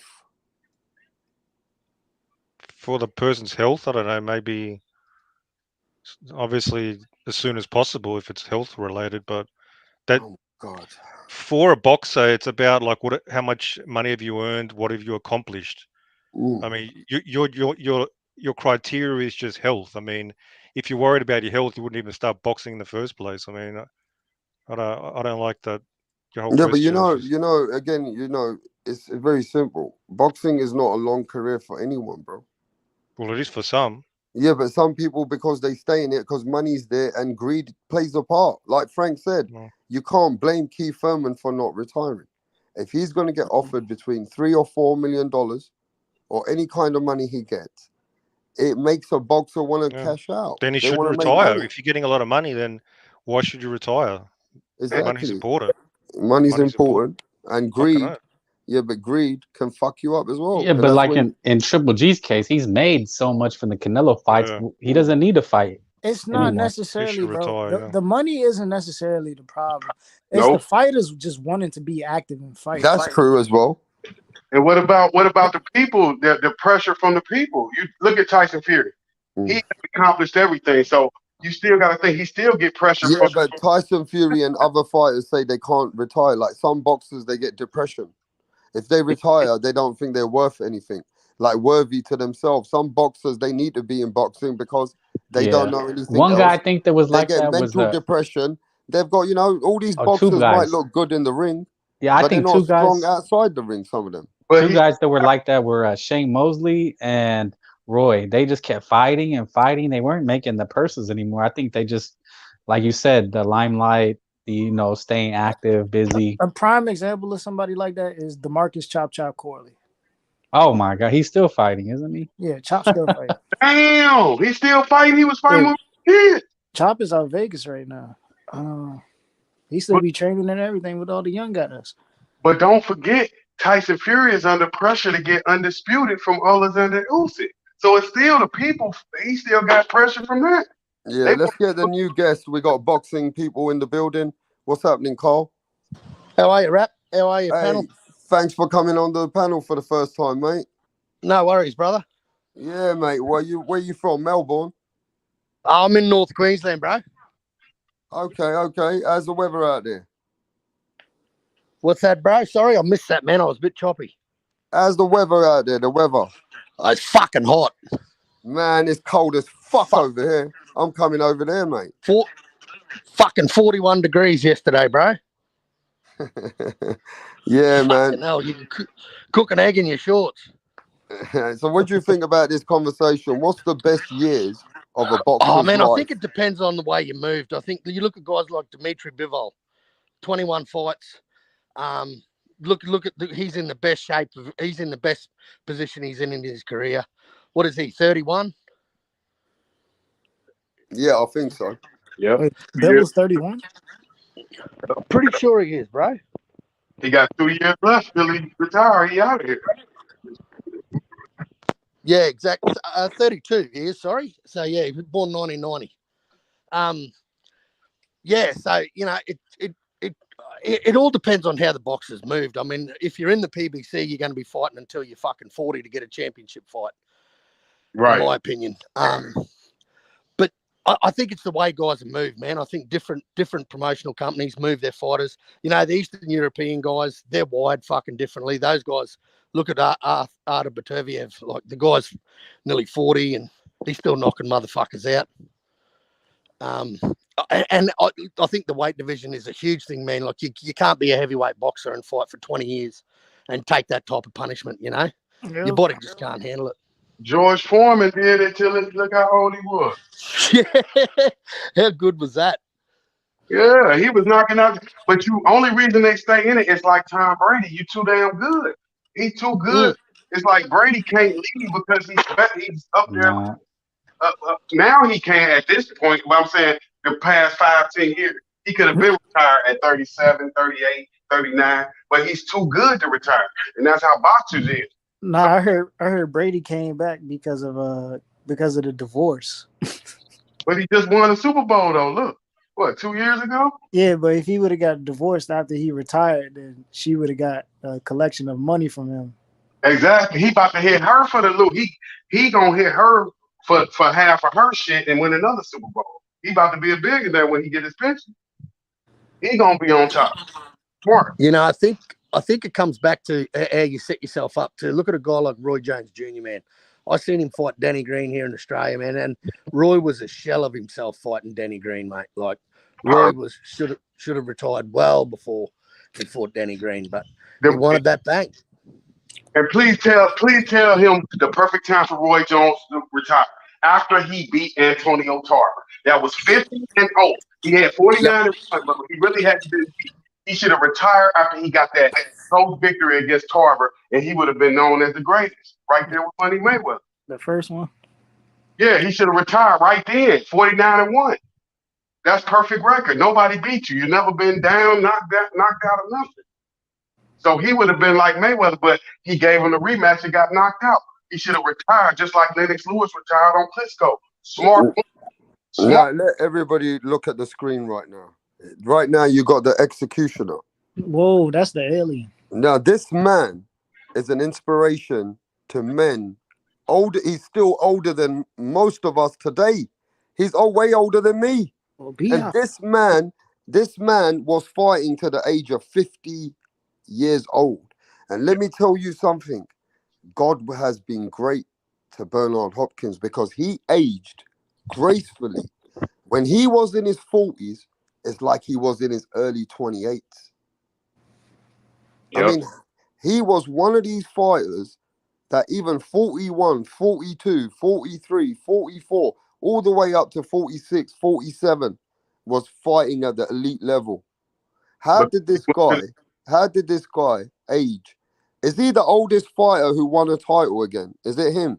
Yes, because he went to the penitentiary at a young age, preserved his body, so he didn't really start aging until when he was in his 30s. That was like a 20-year-old. So he preserved his early 20s in the penitentiary, sharpening his fighting skills. So I think the penitentiary would make him age so gracefully in boxing. Wasn't George Foreman the oldest guy to win a title? He was the first, but then Bernard outdid him. Remember, he started winning it later than I think George did at 46. But Hopkins won in 27, 48. Yeah, his style too, though. Bernard had an ugly style sometimes. He could just slow a fight down and ball you. You know, it wasn't like a Roy that depended on athleticism. He was more of a grinder. Shit, their second fight was awful. Oh my God, worst fight. The two worst fights in championship history is Manny Pacquiao, Floyd Mayweather, and that fight right there. Those are two worst fights you ever want to see in your life. Wait, is Manny? I gotta watch that fight again. Manny versus Floyd. Is it really that bad? Oh my God! Tell him how bad that. I've never seen a worse. That one right there he just named. That one, the only one that can compete with. That was the worst fight you ever seen. It was pretty bad. I mean, if you say that, I mean, you could probably put Canelo Floyd on the level of Pacquiao. You know, that was good. I just watched that. That was a great performance by both guys. But Mayweather outdid him, sure. But Canelo kept coming forward. Mayweather was hitting him with the jab, hitting him with nice right hand. That was smooth. He didn't have a performance like that against Manny. It was real ugly. Maybe I gotta watch it again. It wasn't a lot of punches landed in that fight. Dude, Holyfield fighting too long was pretty bad. He lost to James Toney and Ruiz. Those fights were awful. Yeah, but you know, Frank, what fight I really wanted to see at super middleweight, it was Bernard Hopkins versus James Toney. It never happened. Yep. Hopkins was scared, I think. They want none of that. James Toney, the only guy I think better than Roy, but Roy beat his ass. But I think Toney a better fighter. But no, Tony's a guy who stayed around way too long. Like, dude, didn't he go to the UFC too? It got so bad. Yeah, he fought who the fuck did he? Oh my God, who did he fight, bro? Fuck. Randy Couture. Randy Couture, yeah. Did he win or lose? He lost, right? He got his ass whooped. It's different, man. Yeah, I think Bernard Hopkins did a lot in his 40s that no man could have done.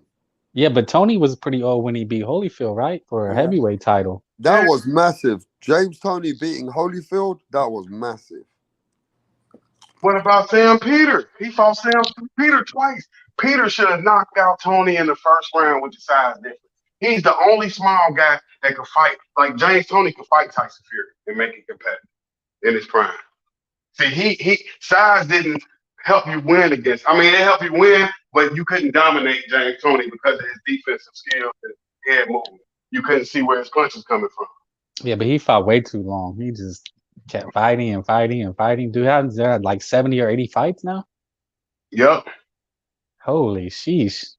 But I think he had the Tom Brady disease. He was too good. He's so good, he couldn't watch. That's what be keeping them in the sport, too. They watching it, and they knowing they so much better than the guys that's Like, Oscar should have been done by the time he fought Pacquiao, but the money was too good. Tito did the same thing. He came back, like, I think he was already retired, and he came back to fight Roy Jones Jr., but Tito was done by then, but the money was too good. And they put on a good performance. I just watched that fight last night. But Tito Trinidad, Roy Jones, I was like, whatever. He knocked him down. He was hurt. He kind of embarrassed. He hurt him, put him down, and he showed that the size would have always been too much. He was too big to fight. It was at like 168, right? It Yep. was a higher. Tito looked way too fat. But yeah, there was no reason for him to come back. I guess, yeah, the money was just too good. You know, he was still a name. And that's what I mean, man. Like, I mean, there was no reason for Tito Trinidad to come back. Like, literally none. He was already done by then. Yep. But you're right. But see, that's the payday. That's like you said from the jump. It's the money. You be needing these paydays. Like, we're not gonna let you jump this guy. We need just like Mayweather gave Andre Berto the payday. Remember that? What the hell he fighting Berto for? That's just a pay. He just owed it to him. Like, look, you done waited long enough, brother. Yeah, I think so. I mean, it's hard to say when a guy should retire because it's their career and it's their money. It's hard to turn down that much money, but you don't want to see guys go too long, like Triple G. It's just too long. Mm-hmm. Where you know he's fighting just for the money. And you know not to pick him against Canelo. He don't have a chance. Oh, Triple G? Yeah, not in that third fight. I picked him in the first fight, but it was a draw. No, he should retire. Triple G right now, if he's listening, should retire. But there's no reason for him to. He still has a belt. He's still a name, and they're gonna give him some good money. Shoot, Canelo reaching that age of retirement. How old is he? Canelo 32? 32. But he's been fighting since he was 16. So there's that. Like a lot of these Mexican guys, well, not even the Mexicans, just even American amateurs, they're fighting since they're freaking 8 years old, you know, going to tournaments all day, every day, you know. Like that's what Oscar said is like he never had a break. That's why he partied so much, you know. He missed his prom. I don't think he graduated. Yep. They don't have any type of life, you know. But remember, Rocky Marciano, when he retired, they offered him $1 million. You see I think he retired, in the early 60s? $1 million. And he was like, no, I seen the interview. They asked him. He said, I'm not coming back. Yes, $1 million. Lennox Lewis, they try to bring him back, and you know, because the Klitschko's that became big again, and he never came back. I mean, I'm sure they threw a lot of money at him, but he was like, "Nah, I'm good."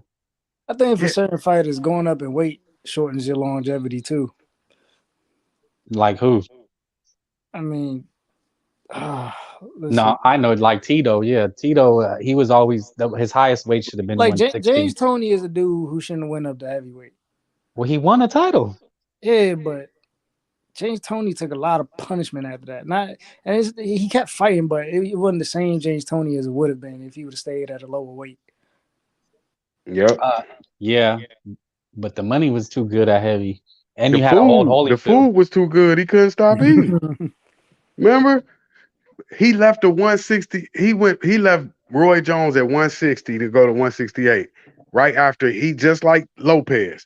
When Lopez got beat by Cambosis, he hopped straight to 140. Soon as James Toney got beat by Roy, he hopped. He struggled to make that weight at 160.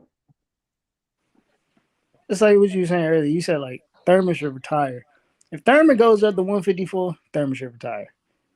Thurman got a couple years left to stay at 147 and then retire. Earl can move up. All right, let me ask this question then. Cole, you still here, Cole? Yeah, bro. All right, what fighters do you think are going to retire in 2023? Oh, Triple G's got to. Triple G's got to retire at the end of 2023 now, right? Yep. What about Chocolito, Roman Gonzalez? I think if he wins, he will. But I think if he doesn't, I think he'll keep going. Yep. Keith Thurman. I think. Oh, Thurman's got to go. I mean, anyone who thinks he's got a chance against Errol Spence's doesn't know what the fuck they're looking at. He's 2 years past his career is already over. Pacquiao exploited him. It's over. When he lost to Pacquiao. Yep. What No about way you should have Luis lost that Ortiz? fight. What about Luis Ortiz, the heavyweight? He's never going to How stop old's he? fighting. He's going to fight forever. Yeah, Yep. he's never going to stop. Now, he got to eat. He got to feed his family. Now, we got to get him an exemption. No one even knows how old the guy is. I mean, he could be 60 for all we know. Right. There you go. Now we talking facts. He's probably got grandkids he's got to feed. Hey, Halim, my brother. Let me tell Halim, Derek Chisora looks like Tyson Fury might retire him once and for all now. I mean, Derek Chisora never wants to leave. He wants to stay in boxing till 50 years old. Perfect example. He deserved his payday. That's why Tyson Fury giving it to him. He deserved his third fight. He need the money. What about Dylan White? Well, that's a good one. Danny Jacobs.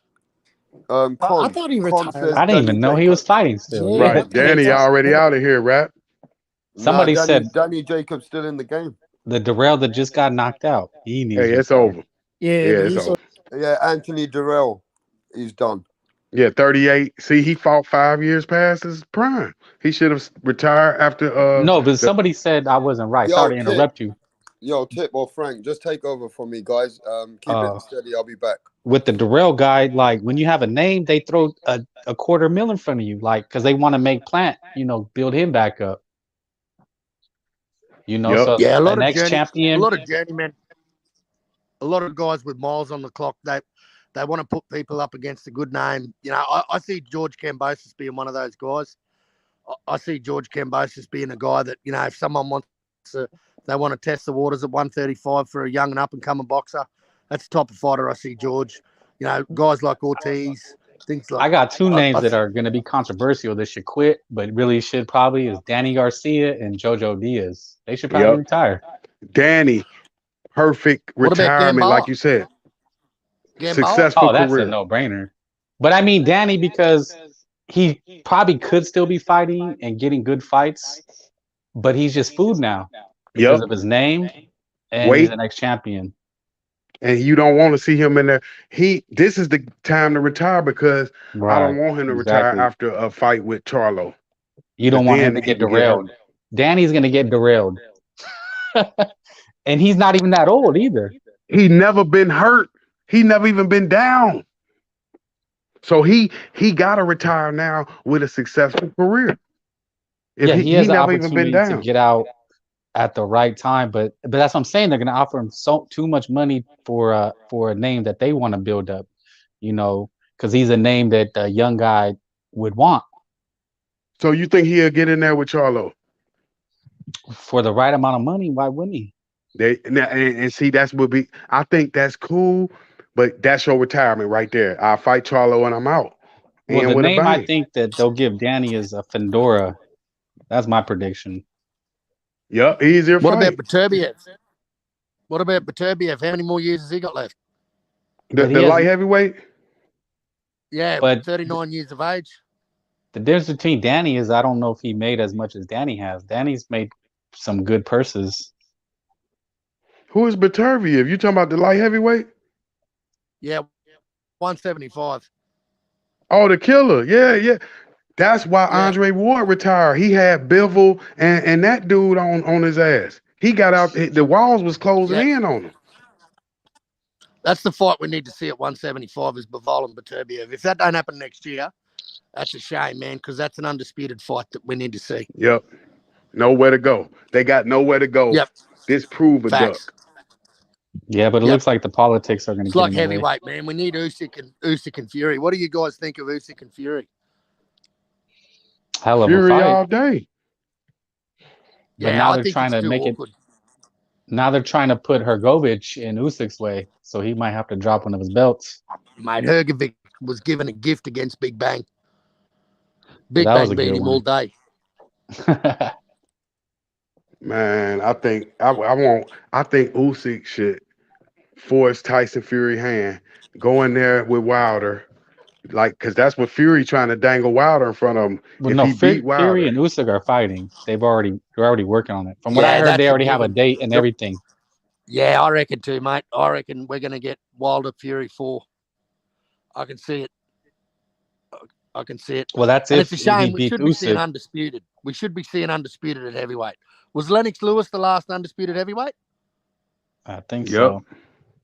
That's a yep. crying shame. This day and age, in 2022, we have not seen the fucking undisputed heavyweight champion since Lennox Lewis, man. But we should be Wow. getting it if the IBF I think it's the IBF that is trying to force Hrgovic on Usyk before Fury. Yep. Usyk fucking dog walks Hrgovic. And if Tyson Fury, see, he got to get this victory, then he can walk away as, like he said, the greatest of all time. You want, when you win this boxing game, you want to be the best ever to put on the gloves, like Sugar Ray Robinson. So you beat Tyson Fury. I mean, you beat Vladimir Klitschko, you beat Wilder, then you beat Usyk, and then you walk off in the sunset as the Yeah, greatest. but there's still Joe Joyce. Joe Joyce is still there. No, you don't have to fight Joe. Let the other people handle him. The Wilder can fight him. Yeah. You fight for the undisputed, and then you leave the game forever. That's how you leave the game. Don't keep the Joe Joyce. You mess around and lose. Heavyweights don't take a champion fight and then a cherry pick, mate. That's not how heavyweights move.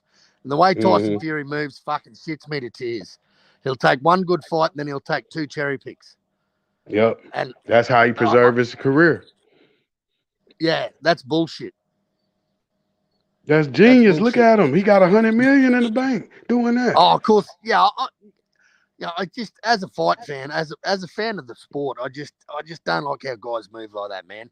If you're injured, right? If the only way I see you getting a pass for a cherry pick is if you have an injury, you're out of the sport for 6 or 8 months. Say you break your hand or something, you're out of the sport for 6 or 8 months, and then you come back and then you need a tune-up fight to get back to that level. But I don't see you go from champion to loser to champion. I don't. That don't wash for me. That's the only way you can last in the game. And you got when you got grandkids sitting on your knee and they're saying, "Granddad, why didn't you fight that fucking Joe Joyce when you're in your prime? How come you fought this fucking idiot? How come you putting too much on him, man? 3 times." So you telling me y'all gotta beat Usyk and I gotta beat Joe Joyce? That's too much. Now you're asking for too much. Yep. There's questions out there. The questions have to be answered. He's too old to keep fighting. He has to get. That's like Floyd Mayweather ducked Keith Thurman because he was too old to get in there with the young lion. He gonna be too old if he beat Usyk. Now let the other guys have it. You retire and let Wilder and them fight him, man. You can't fight all of them. That's how you get beat. You want to retire undefeated. You got to make sure you don't never lose a fight. You got to make sure you can't walk away with no losses in this boxing game, especially as a heavyweight champion. Yeah, well, when there's questions to be asked, questions to be answered, mate, there's no excuse. Did you see what Leon Spinks did? You seen it? Yep. You see what he did to Ali? The man couldn't even talk no more, just shaking from a 7-0 guy. Yeah. You gotta think. Usyk, he should have retired after the Wilder fight. Now he knocked out Dillian White. He got to fight Derek Chisora, then undisputed. Yeah, but we didn't need to see Derek Chisora 2, let alone Derek Chisora 3. You need 3. Derek Chisora gotta eat. How else is he gonna eat out here in these streets? Yeah, but we can go and fight someone else. They not gonna pay like Tyson. You making millions. That's the highest payday. Don't you think that's the highest payday he ever got is Tyson Fury, the 3 fights? Yeah, he's doing his mate a favor. That's all he's doing.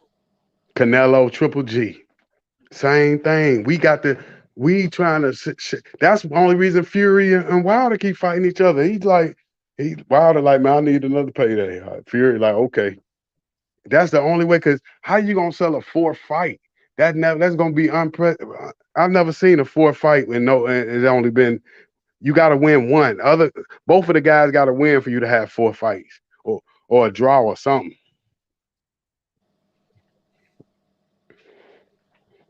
You got to make sure you go out here and you win every fight you are in by any means necessary. You can't lose. You see Tank Davis, he's scared to fight anybody, and he's young. He won't even fight none of the main guys. And he's a young guy. Nah, but that's the PBC blueprint, mate. If you haven't worked that out already, look at everyone in the PBC, mate. They all keep fights in-house. They don't fight. They don't co-promote. That's why we don't see champion fighting champion. And you know, in all honesty, I don't see Spence and Crawford can't be made by now, man. It's not getting made. But remember Garcia Thurman, they was champions, right? They made the unification bout. They the one brought it together. Yeah, when was that? When was that? Right. Yep. You know, when Floyd came out and said, we work smarter, not harder, we're keeping fights in-house. They're trying to keep all that bag. You know, they want to keep using their own guys. That's why I can see Tank and Pitbull too. That's, you know, look, I just see them running the same race. All these guys in the same division, just that PBC just going to keep feeding bum after bum. But if you Shakur Stevenson and Devin Haney, you got to force them guys to fight you. You just like he made Kambosos fight him, he got to make Tank Davis fight him. He got to make Lopez. If you don't, that's the only way they're going to get the fights. Kambosos can't believe that Devin signed the contract. He signed that bullshit? 2 fights? That's how you got to do it. Lennox Lewis signed a bullshit contract just because he knew he could whoop Holyfield ass. $10 million. He deserved way more than $10 million, but he took the low ball just to get in the ring. But you know what, mate? Oh, Devin Haney's wired like a true champion boxer. He's fighting for legacy. He's not fighting for because he knows money's going to come. Look, now look at him. He's undisputed. Yep. Now they all got to come to him. Mate, I tell you, if he signs this Lomachenko fight and wins, which I think he's got a really good chance of beating Lomachenko, because let's face it, Lomachenko's been a shell of himself in his last couple of fights. Like I don't see the Matrix being the Matrix that he was. I think he might be past it. I don't know. I don't know what you guys think, but I think if Haney gets Loma on his name, man, and then moves up to 140, the sky's the limit for the kid, mate. It really is. At 24 years of age and just kicking ass and taking names. I mean, you can say what you want about his fighting style and about, you know, but he's got the sweet science down to a fine art, mate. He's hit and not be hit. But you got to remember, he has to win that fight. That's he can't, because a loss could end his career. He'd be like, they can't lose at this tender age. That's why Lopez looking crazy, because they too immature to take losses. So Devin, if he lose the Lomo, that's gonna be it's gonna hurt his pride. So you got to win that fight, and it's against I think if he fights Lomo gonna be at the best he ever been with the experience. He's got to be. Loma's got to be at his best. Jermaine Ortiz gave him a hell of a fight, man, and people don't give Jermaine Ortiz credit. But I'll tell you what, I think Jermaine Ortiz, I think he's top 5, 135. I see him beating a lot of dudes in 135, man. Yep. Yeah, Lomo. That's what I'm saying. Lomo ain't. That's an illusion when they say that he's good. He just was in there with a young whippersnapper, so it made him look like he was old. But he's real. He hasn't lost. He's just as good as he ever been. Don't fall for that. Now, if Devin Haney trained like that, like he passed it, then he'll lose. You got to fight like this is the best Matrix. I'm fighting Keanu Reeves. That's what I had Keanu Reeves in the training camp. Because this is a must win, just like Kambosos. If Kambosos whoop that ass, get the decision, it's over for Devin. They're gonna be like, you lost. He got to beat Lomo. Yep, exactly. And mate, if Devin takes that fight, like going from Kambosos to Loma, hats off to the dude, man. He's not taking no tune-up, no cherry pick. He's moving from the undisputed champion. Well, you can argue if George was undisputed or whatever fluke you may call it. He beat him. He beat the guy that beat the guy. And now look at him. He's got a fight against Loma, and the sky's the limit for the kid, mate. I can see him shaping up a mega fight with Tszyu at 140. If Tszyu can go on a bit of a winning streak and actually fight someone with a bit of substance at 140, I think that'll set him up for a good fight. I don't think there's anything left for him at 135, except Shakur. And you see what hurt Lomachenko was Orlando Salido. In his second fight, he taught him how to lose. He didn't need to. You don't, just like if Lomachenko gets in there and shines on Devin, he'll teach him how to lose at an early age. So then he'll become more susceptible to losing, like Zab Judah. But if they don't learn how to lose, they unstoppable and they can't be beat. Is Tank Davis gonna run in there? They putting them in there with so many soft touches. When they put him in there with a high class A-list, I think he gonna get white mouth. He gonna get beat so bad. Too. Yeah. You put him in there with these guys that got all this experience, he's not getting the experience with the elite guys. That's gonna come back to bite him. Yeah, exactly, bro. Yeah. Put him in there. He should have had to tune up with the 140 guy, Barrios, then went right to Josh Taylor. Took the undisputed. Now you got a bona fide superstar. Yeah, damn right. Right. You ain't got to talk it then as you showed it. But nah, I'm going to go back down to 135 and fight Rolly. What the hell? Oh, y'all just playing with me. This Rocky 3. That's a good analogy. That's the whole game. That's boxing. When it's Rocky 3, they not really going after it. It's just theatrics. Yep. Yeah, I agree, bro. You seen how they did him, man. You go in there, you gotta win. That's the toughest fight for Haney. And that's why Lomo trying to mind trick him like, damn, you a heavyweight. So he trying to already just throw his mind off like, oh, he's scared. But that's just Lomo trying to get in his mind, get him overconfident. Yep. And you can't tell me that Bob Arum didn't sign Devin on a 3-fight deal to set this fight up now with Loma.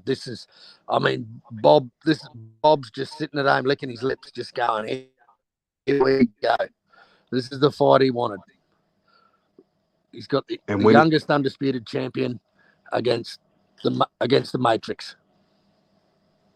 And he needs Lomo to beat that ass on the last fight of the contract. See what I mean? He need him to beat. Yep. Beat what do you think? Haney what do you on the think last Devin fight. does after that? What do you think Devin does after a loss or a Let's say W? he beats Loma. If he he's wins. gonna have to go up to 140. Yeah, I don't see him sticking around to fight Shakur. Nah, they can't fight each other. That's the one. That's the two that got to knock off people and then meet up at 140, 147. But they need to knock off people. They need to be like tag team partners right now. They don't need to fight. They need let one of them fight Tank, one of them fight Lomo. So let Shakur fight Tank. Yep. That's real boxing. Yeah, I got Shakur piece. I got Shakur pointing Tank big time. Yeah, that's the fight right there. You force Tank into that. Just and all you got to do is talk shit because they both young. You can get Tank into a fight. Yep. Just go fuck his bitch. Y'all both millionaire.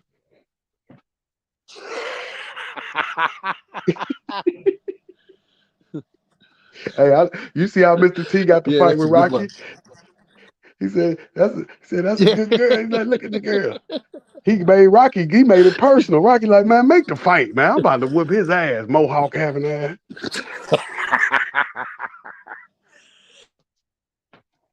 That's how you got to do it, brother. I'm telling you. You can make it, but like you said, you got to do it yourself. You got to talk him into it. Make it personal. Yep. I mean, man, 140 is stacked with talent. 140 is stacked. You got Catterall, Taylor, Lopez. Don't forget the Aussie Liam Paro. Liam Paro's there. He wants to give Tiafimo some more mental issues. He wants another. There's another Aussie nipping at his heels there. He's ranked number 2 in the WBO.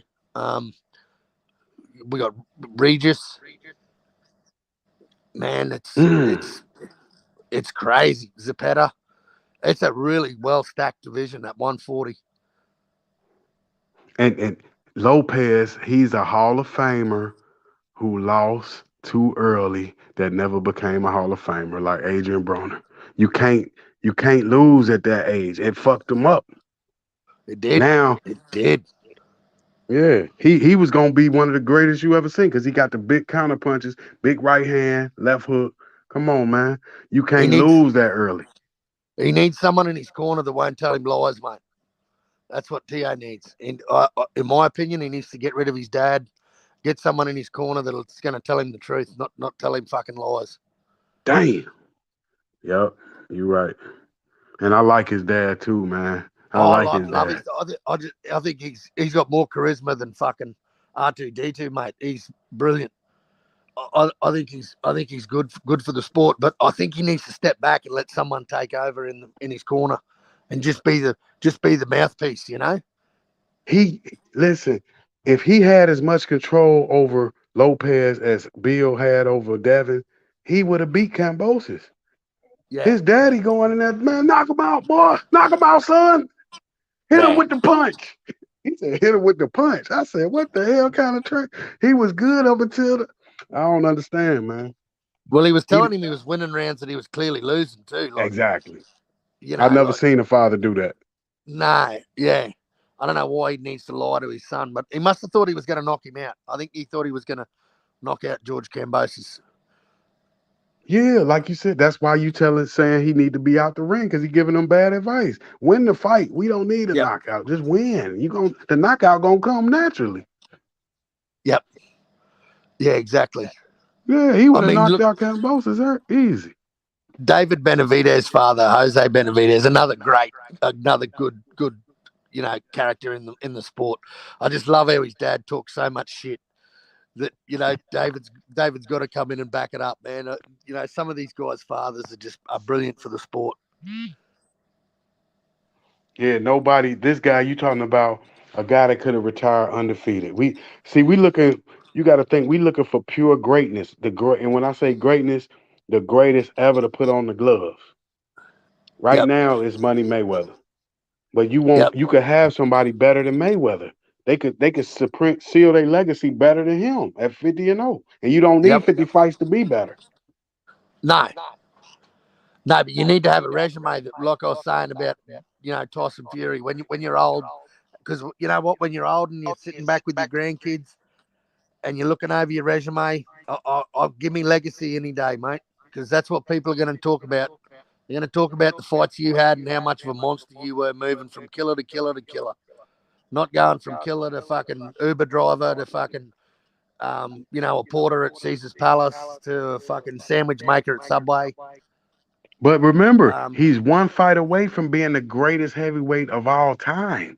So that's a lot of people. You over Jack Johnson, over Joe Louis, over Rocky Marciano, over Muhammad Ali, over Mike Tyson, over Holyfield, over Lennox Lewis. You would be the greatest. And you retire without a blemish. You got to draw. One draw. That's it. Yep. Yeah, I'm not bagging the guy. I just don't like the way he moves. I think he's great. I don't think there's anyone that can beat him, but I just want the questions answered, mate. Yeah, Usyk is the biggest question mark of them all, right? Yep. I still think Fury's too awkward. I think he's too big. I think he just smothers him with that big bread loaf guts he's got, which I've got to give a big shout out to Tyson Fury for giving us guys with dad bods half a fucking chance in this world. Yep. Now you got to give that credit to Wilder. Wilder woke that man up from the dead. Remember, he was in the grave, dead.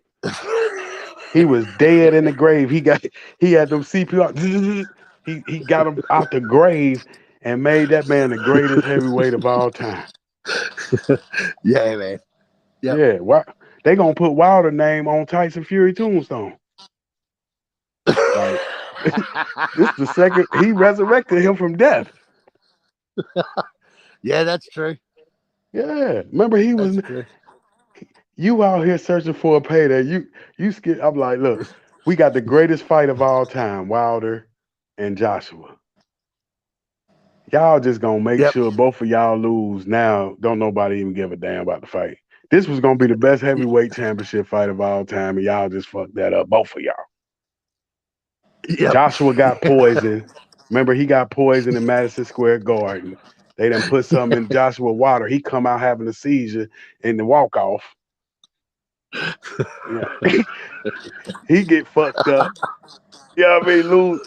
His first fight in America, he gets knocked out. What the fuck? He ain't never lost to nothing. They done poisoned this man. Then Tyson Fury and Wilder go to Rumble, and they have a nice draw. This motherfucker Wilder come out with a big ass Halloween costume. He got weighing 400 pounds. 400-pound costume. He get out here. He put on, remember, he put on 20, 30 pounds of muscle, right? So the rematch, you say that's where he fucked up. Now that's where he fucked up. You put on that 25 pounds of muscle. Now you too big. You needed that agility from the first fight. So he beat you easy because you had too much muscle mass on you. Yep. See, that's not only he that, didn't. Man, muscle takes oxygen out of your blood, so that creates lactic acid, which guys that are built like bodybuilders, man, that they get that lactic acid build up and they can't lift their fucking arms. Like, who the fuck was trained? You could get the victory. You got to stay just like he just fought. Fight at 210, 212. You need that against Tyson Fury. He tried to match his power. Why would you try to match Fury's power and you the one with the right hand? You got the Tommy Hearn. It don't matter how size you are. You got the shotgun. He tried to make every punch heavy. Yeah, but let's not forget about the Sugar Hill component either in fight 2, eh? Like the aggression, that Kronk style. Yeah, that's why. That's what I'm saying. That's why you could have beat Fury. He came in there with that Sugar Hill would have backfired if he would have fought the same size Wilder from the first fight.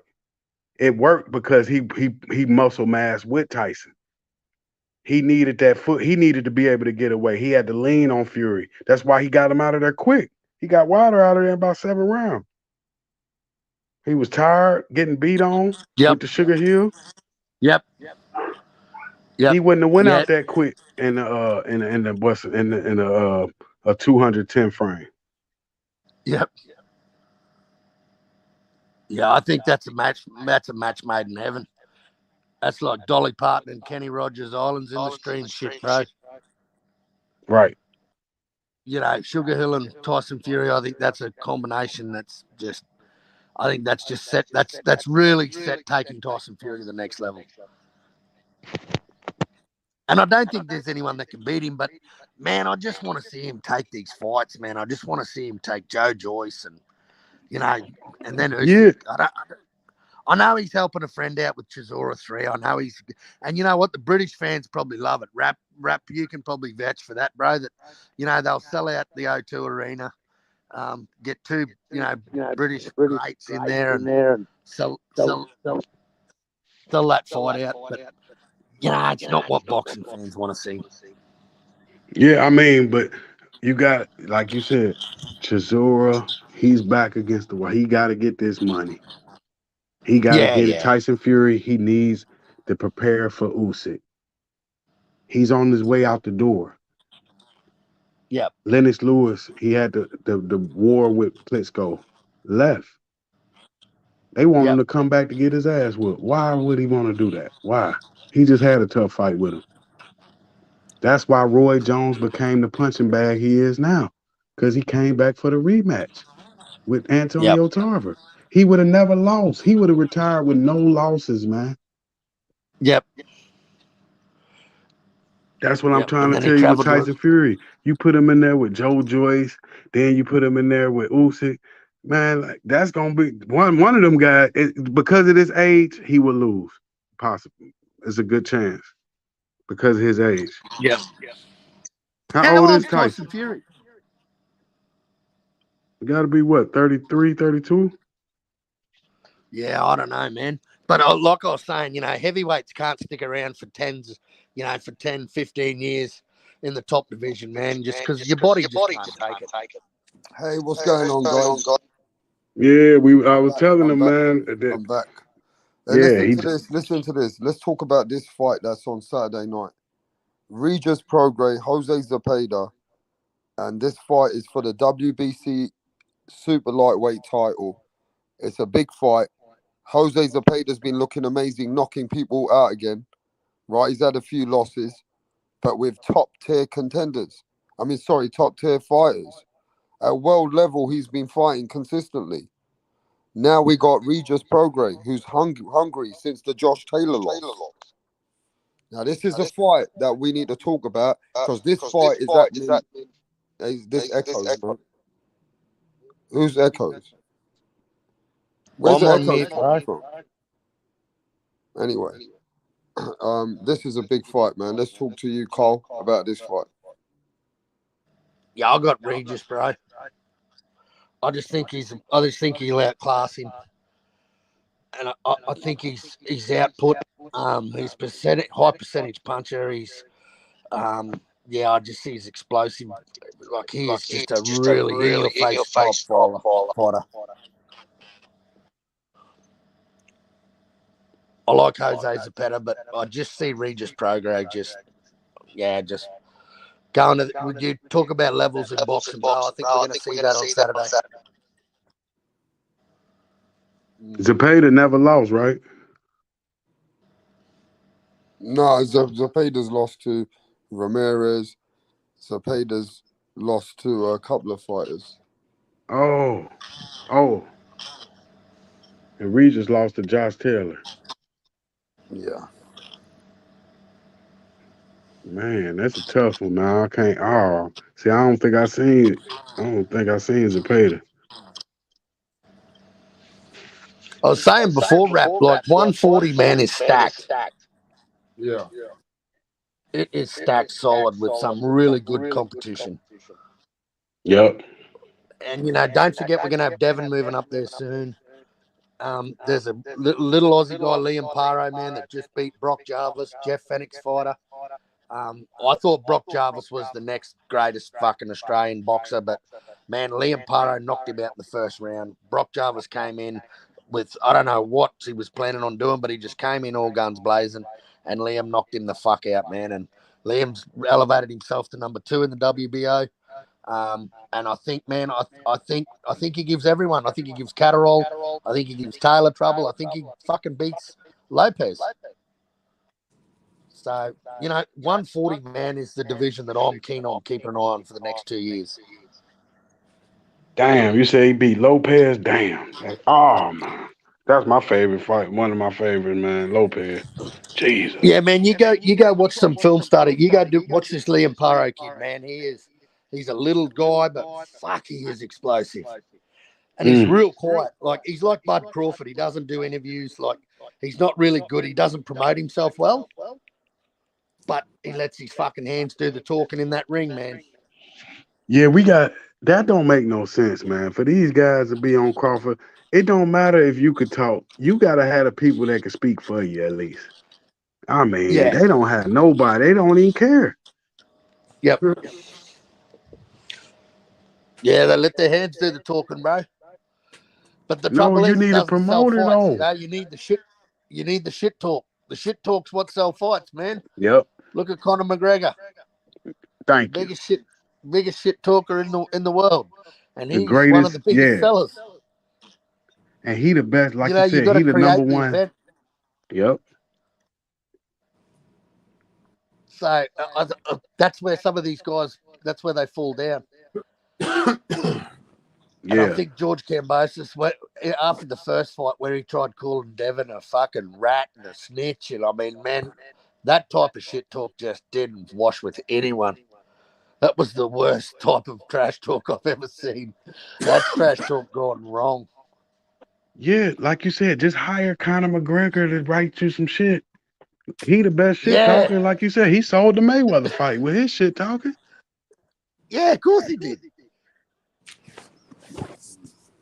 And Mayweather wasn't the best. Like the best shit talker was Ali, of course, McGregor. Yep.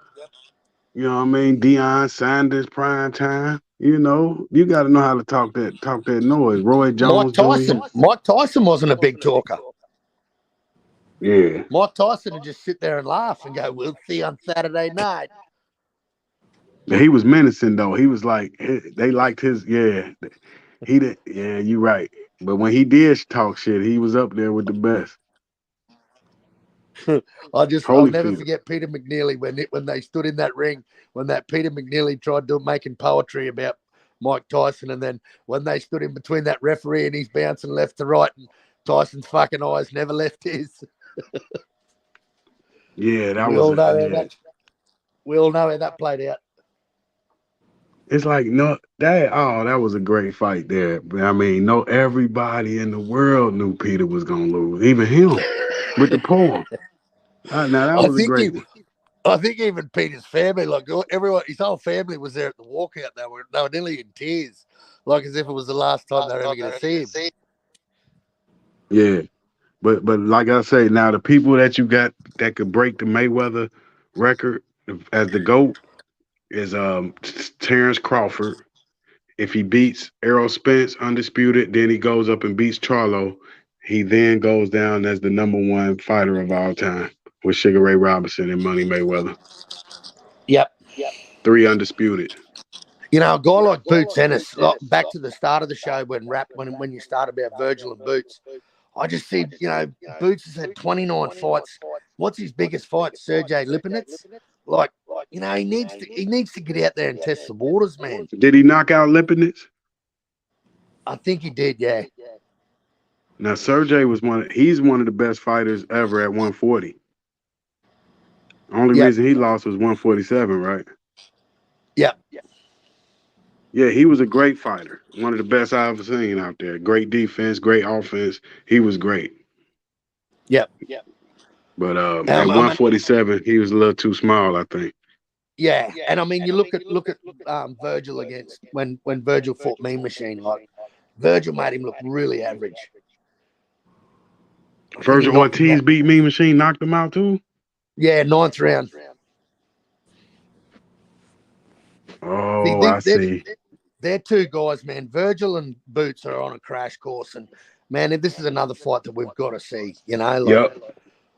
And I can see this one being made because it's Golden Boy and PBC, and they do a lot of co-promoting, so that shouldn't be too hard to write that one. I just wish we seen Bud and Errol, man. I really wish we'd seen undisputed. Yeah, because that would have been 3 undisputed fights in 2022. Yeah, that's the best fight ever, right there. We need that fight too good to happen. Yeah, we always lose the best fights ever.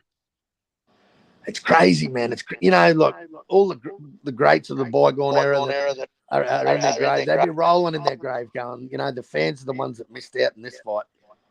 Remember the middleweight, the 154 Charlo against the other guy? They both messed around and lost. The guy from DC. 154, he was the champion, man. Had the dyed hair. Looked like Odell Beckham. Jermell. No, not Jermell Charlo, but the other guy from DC, the one that was champion, and he lost. At 154, he was. Someone in the chat might know. I forgot that champion name, man. But Deontay Wilder and Joshua, that's a perfect example. They both supposed to have been undefeated. You want to lose the Fury before you fight Joshua. Why not fight? You should have had to draw, then fought Joshua, then come back to Fury. Why would the hell you want to fight Fury before you fight Joshua? That was crazy. Yeah. All right, listen, guys. I want to talk about fights coming up now.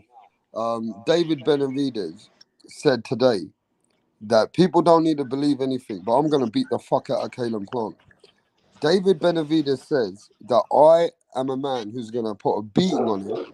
I'm going to stop him, and I'm going to beat him better than Canelo did. Now, I'm going to start this conversation Do you believe in what David Benavidez is saying? I'll start with you, Mastermind. Do you think David Benavidez can stop Caleb Plant? Because for me, I'm going to say this. David Benavidez is a more of an aggressive and combination punches. And David believes that he's going to stop Caleb Plant. You know what I mean? But Caleb Plant's got better footwork. He can move around. Caleb Plant can, he can, fight from the back, the back foot.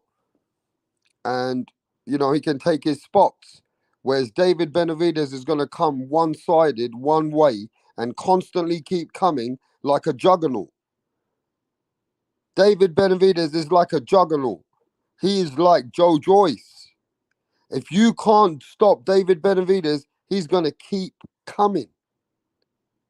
So, at this point, right now, would you think that David Benavidez has been getting his way with most fighters and stopping them later on in the fight? Do you think he can stop Caleb Plant, Carl? Yeah, I think he can. You think he can stop him, yeah? Yeah, I think he stops him. How does he stop him? I think he stops him. I think just with the pressure and like it's just the body work and his high tempo. Like he runs at he boxes at a high tempo and punches in bunches, and he has got some power, man. He's got some power, and I think if you want to talk about Plant's win over Durrell and about how he knocked him out, and you know Benavidez won't fight like Durrell, man. Benavidez has got some fucking heat behind those gloves, man, and if I tell you what, if Caleb can lap it up, I got Benavidez by UD, but I just see him knocking him out. Wow, so no matter how much Caleb Plant boxes, no matter how much he keeps trying to stay at a distance, at some point, David's going to close the distance and take it to Caleb Plant and hurt him and then possibly stop him. Yep. But Canelo took 11 rounds. Like Halim said, my brethren Halim, he said Canelo took 11 rounds, Rapstar. Ain't going to be easy. No, it's a hell of a fight, man. It's a great fight. This is the fights we need to see. This is a great fucking fight. Thank God. Finally, the matchmaker's got something right. Thank God we finally got a fight that we want to see. The matchmakers of late, mate, need to be put in front of a fucking firing squad like the Barley Nine and just fucking executed, because some of these matches we've been given are fucking garbage. Yeah. This is a fucking good fight. And people agree with you. General says this is an exciting fucking fight. We need this fight. Halim says he will stop Plant and he will fight.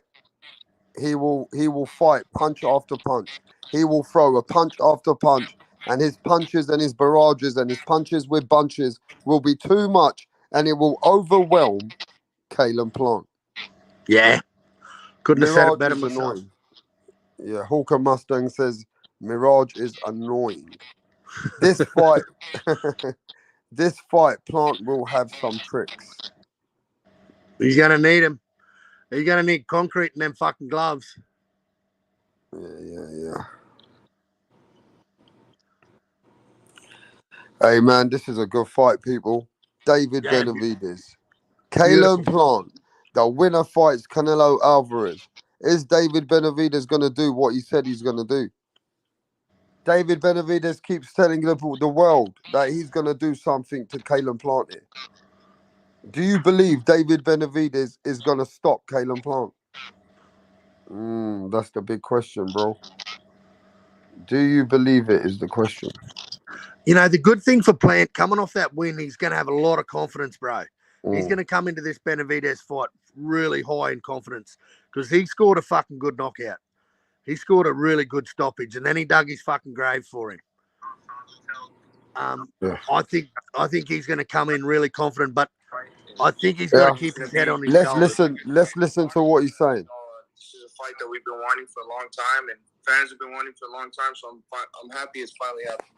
How long have you dreamed about being in fights like this? Like you said, headlining in the pay-per-view. Yeah, I've dreamt of stuff like this since I was a little kid. So me finally finally getting the opportunity that, you know, I've always wanted to be in. It just lets me know I've been doing everything right. So, you know, right now that we finally got to this moment, we're going to keep working hard and we're going to have a great training camp. And this is probably going to be one of the best fights of my career so far.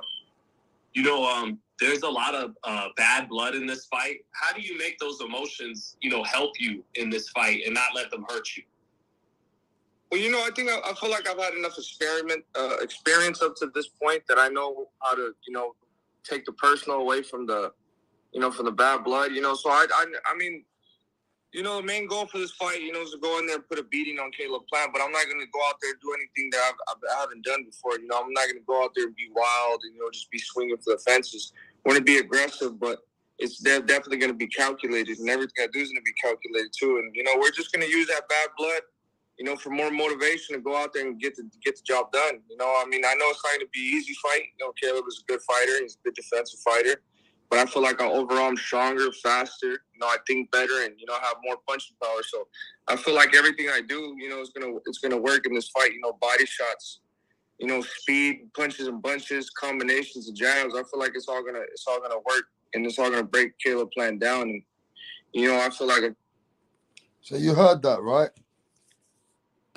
His speed, punches and bunches, and his jab, and his overwhelming on Caleb Plant is what David Benavidez is already giving you his game plan. He said Caleb Plant can do all the. He goes, he's a good defensive fighter. Yeah, he can fight as well. He goes, I'm not going to be stupid. But when I take it to Caleb Plant, David Benavidez is already telling you his game plan. That his speed and his consistency, his combinations, his jab, and his work rate and his punches and bunches is going to be too much for Caleb Plant. What do you think about that, Cole? Yeah, 100%, man. I spoke with David Benavidez last week on another panel, and I asked him, I said, you know, I gave his old man a shout out. I said, man, I just want to, I don't know if you heard me before talking to the other guy, but talking about fathers in the sport that, you know, that really hype up their sons. And, man, fucking Jose Benavidez is one of the best. And I said to him, man, shout out to your dad. And he said, man, I feel like my dad talks that much shit that I've got to take all these fights, you know, like. But he just, I said, who do you think gives you the most trouble at 168? And he said, no one. He said, no one. I want it all. I want every one of them. So, man, that he's ready, man. He mentally, I think David Benavidez is just that level above Caleb Plant. And I want to see fucking Benavidez and Canelo. I want to see that fucking fight. Yeah, man. I got to tell you, bro, I'm excited as well. David Benavidez seems like a possessed child. He is, man. David Benavidez looks like he's possessed. Mm. You know? That's a fact. And I'll tell you something, it's going to be a good fight. Caleb Plant ain't fucking around, though. And you got to respect Caleb Plant because he's coming for the smoke. Caleb Plant is the man who signed the contract first. Yep. Caleb Plant took the contract to them. So Caleb Plant wants to fight. Bro. He just come off a fucking great win. Like, let's make no mistake about it. Like, yeah, he made Durrell look like a fucking very average C-grade, C-level fighter. And he dug his fucking grave for him. And he's, you know, look, shout out to the dude, man. His confidence is up. He's just had a hell of a win. He'll come into this fight confident, but I hope not too confident because, yeah, David Benavidez is a different monster to Durrell, man. He's a Mexican monster. I'll tell you that now, man. It ain't going to be that easy fight for a Mexican monster. He could get outboxed. Nah. Mexican monster might get outboxed. Can Caleb Plant win 7 rounds? And when it gets tough, and when David Benavidez always comes on strong in the later rounds, and if Caleb Plant, listen to me carefully, ladies and gentlemen, if Caleb Plant can weather the storm and he can take the last few rounds, even if he loses those rounds and he's winning on scorecards early on, can Caleb Plant weather the storm when David Benavidez is going in full force with all guns blazing with everything he's got towards round 9, round 10, round 11, that's when Caleb Plant is going to be tested, and he's going to be able to need to take what's coming. Do you understand, Cole? Yeah, totally. Totally. Yeah. David can't get off to a slow start, and he knows that, man. He's he's evolving as a fighter, man. He's learned lessons, like I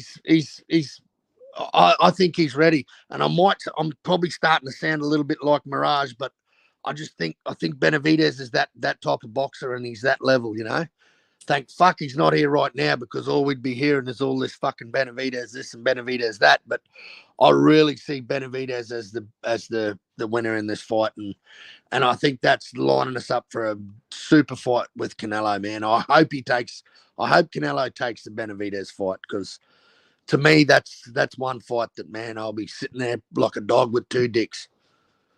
It's like the story's already written and the book's already there.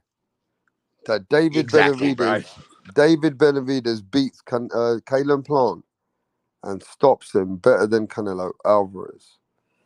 And then, ultimately, if David Benavidez beats Caleb Plant, then there's only one thing left. Ain't nobody give a fuck about anybody else. Canelo Alvarez will have to come back out of his injury and answer questions. If David Benavidez beats Caleb Plant and he puts a beating on him, Canelo Alvarez will have to answer questions. And if Canelo Alvarez will come and face David Benavidez, that will be a monster fight for 2023, Cole. Fuck yeah. That will be the fight that everybody want to see. If David Benavidez puts a beating on Caleb Plant. Yep. That is the fight. The ultimate fight will be Canelo Alvarez versus David Benavidez, bro. Yeah, then there's what's left at 168 after that? Bivol? Will Bivol come down? Will Benavidez move up? What about David Morrell Jr.? David Morrell looks vicious. Oh yeah, we've got David Morrell. Yeah. There's definitely another one for him. That's another hell of a matchup, man. Like David Morrell, what, 7 fights, 8 fights? But this is the story, innit? This is how the book's supposed to be written. 2023 mega fight, $100 million for Canelo. I mean, $100 million fight. David Benavidez earns life-changing money. It's on Canelo versus David Benavidez, 2023, bro. And then David Morrell Jr. is in the mix. Yep. Shit. Yep. Shit's about to get vicious now. Yeah, hey, and I want to give a shout out to Ados Yabusanoli too, man. He's out of intensive care and he's on the road to recovery. So peace to you, brother. And he'll probably never fight again, but I'm glad he's all right, man, and he gets to go home and see his family. Yeah, we were praying the other night, man. So that's a great news, and we were talking about it the other day. Anyway, we knew about that. Yeah, it's beautiful. That's great news. Yeah, man. Yeah, man. But Morrell's the monster in waiting, isn't he? You know, he is. He's the Puerto Rican Punisher. There you go. I've just given him a nickname.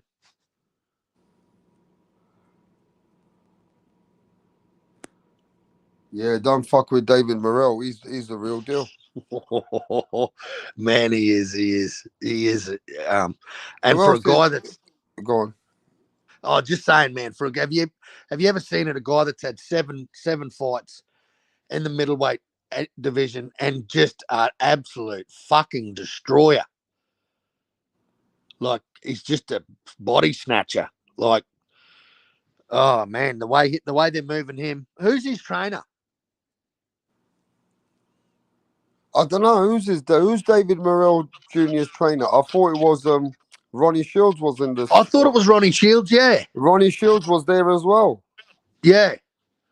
I mean, what a legend in Ronnie, having Ronnie in your corner, mate. Like, he's not going to give you any bad advice. No, I mean, I think he's with someone else as well. I don't know the other guys. I'm pretty sure he was. Yeah. Yeah, he looks lethal, that David Morrell, doesn't he? Let me get a picture of him.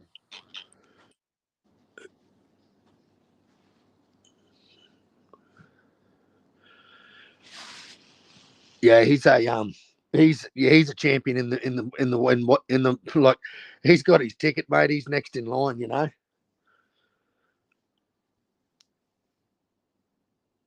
And people say, you know, they talk about people moving people too early, but I don't know, man. He's the type of guy that probably only needs 20 fights on his record, and he'll be a world champ. You know, he could even be undisputed, man. Who knows? The sky's the limit with David Morrell.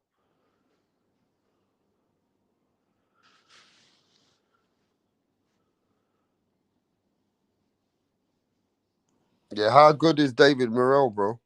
Oh, sky's the limit, bro. Sky's the limit. We really don't even know how good this man can be. I mean, this man's Yep. looking like the real deal, and at the end of the day, you know, he got skills and, you know, everything with it, but, you know, it's his time. He's a WBA regular champion, isn't he? Yep. He's got the Yep. regular title. In 7 fights. 7 fucking fights. The man's already a champion. Have you, like, you don't, that's unheard of, bro. And who's next for Morrell? Like, who do they put Morrell up against next, man? They're gonna put him up against some competition after what he did to Ados, bro. They're gonna see what sort of damage he did, and you know, and he's just a nice guy, man. You see him carry him back to his corner at the end of the fight, like he's just a good dude, man. And you can't not like that about the guy, you know, like humble outside of the ring and humble in it as well, man. I like the guy. Yeah, good fighter, bro. He's looking like he's got everything in place. David Morrell Jr. looks like the real deal. And the man looks like he's coming for everybody. I mean, he says he wants to fight David Benavidez. And he said, I want that David Benavidez fight. So, you know, at the end of the day, you got to acknowledge him as well. Yeah, bloody oath. Yeah, he's like I was saying, bro. He's a champion with a ticket in his hand, and he's ready to get it stamped. He's ready for the big show. Yeah, I like him, man. I think he's a serious threat to anyone. Canelo, Benavidez, Plant. You can put him up against any of them. Yeah, for sure. I mean, who else you got at 168? I mean, I know we got Zach Parker and John Ryder, and that's another fight they're having. But you got Demetrius Andrade. You got Andrade at 168. Yeah, but who the fuck's he fighting? No one. You know, I don't know how you can keep defending this guy, man. He's just got to get in there and even get a tune-up. Well, he's going to have a tune-up now because he hasn't fought for 12 months. And Jermell Charlo, man, like nearly 18 months the guys hasn't been in the ring for. Who do you think's the king of the 160 division right now, Rapstar? We got Jermell Charlo. No, Jamal. And we got Jamal and Golovkin. Yeah, so you got to give it to Golovkin, a 40-year-old, like, Golovkin.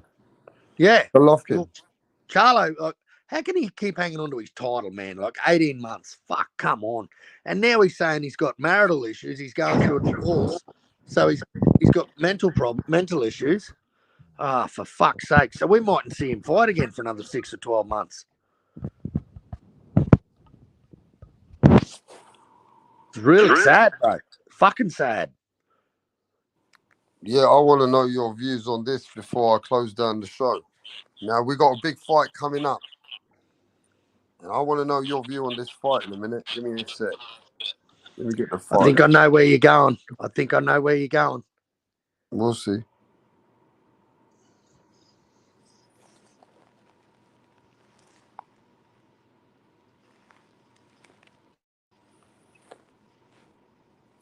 I hope it's where I think you're going. We'll see.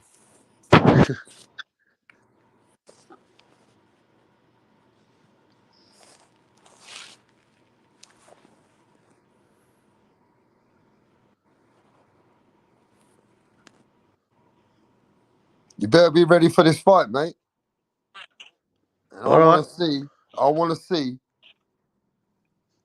if after a long time, and we know that recently one of your fighters has come in and done something serious, which is Yeah. That's exactly where I thought you were fucking going. Man, yeah.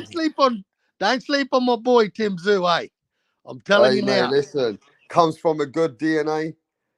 Hey, listen, Tim Tsz유's Fucking a oath. hungry boy. Aussie. Yeah. Australia's in the Oi, building. oi. We got Australia in the building. Can Australia beat America? Can Fucking oath Australia they come can. and beat America? Can Fuck this yeah. guy? Can this guy do the underdog? Can he shock the world? I want to motherfucking know from an Aussie. And I want to know from Fucking oath Mirage. he can. Where the fuck is Mirage the cunt? Stop coming out your fucking shadow, Mirage, you cunt. Get out your shadow. Go on, mate. Fucking oath. Hey, let me tell you something. Charlo better not sleep on Tim and come in there thinking he's going to do like Teofimo Lopez did with George, man, because I'm going to tell you now, Tim Tszyu, man, he's going to come in there. He might get dropped. He's got a fucking hell of a chin. He can take a lot of punishment, man, but he can also dish it out too. So, and this is another thing. This is the first time Tim Tszyu has had his father Costa in his corner since his first ever pro fight. This is the first time Costa Tszyu's been in Tim's corner since his first professional fight. He's got his fucking dad back from Russia. His dad's in his corner, man. He's training the fucking house down.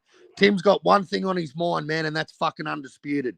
And make no mistake about it, man. The no-limit boy, Tim Tszyu, he's coming in there for them fucking straps. And Jermell want to make sure he's fucking coming in there to fight, bro. Don't look past this kid. Don't look past Tim Tszyu. Do it at your own fucking peril. And we'll have another undisputed fucking Australian champion come January 28th. Don't sleep on my boy Tim Tszyu. I'm telling you now, Jermell, because that boy's like a thief in the fucking night. He will come home with all them straps. Wow. Now, either Tim Tszyu is either the real deal and he's going to fight for his father's legacy, or is Jermell Charlo just too accomplished? Is Jermell Charlo just too much like he is for everyone? This fight's going down. You know, Jermell Charlo is the favorite, but Tim Tszyu is coming. The fight is here. Yeah, man. Let's go. I'm ready for the fight, bro. Let's see if this guy can do anything for his legend dad. His dad's a legend. Tim Tszyu's been doing well. He's unbeaten. All right. Mm-hmm. Now, this is an underdog who wants it more. He wants it, but he's hungry. You know, Jermell Charlo is that guy. He's the number one top dog, pound for pound fighter. So let's remember that. It's a big task. It's a massive task for Australians. But can Australia turn around the clock and beat America? Can Australians beat American and take all the titles, bruv? That's what it is.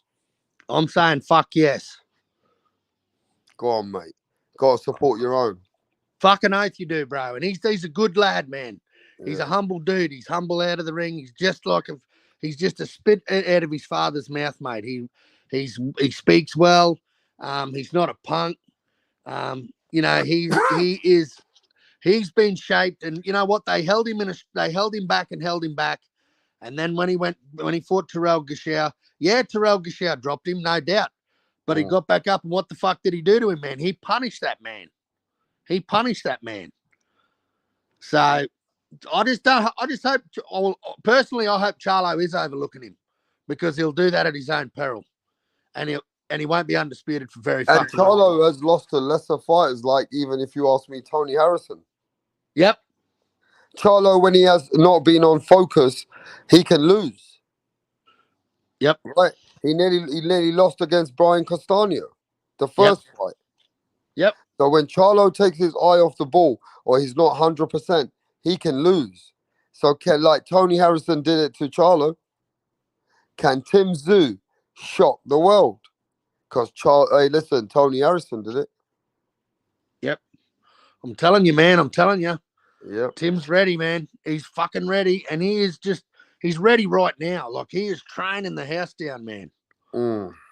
He's hungry, mate. He wants to eat.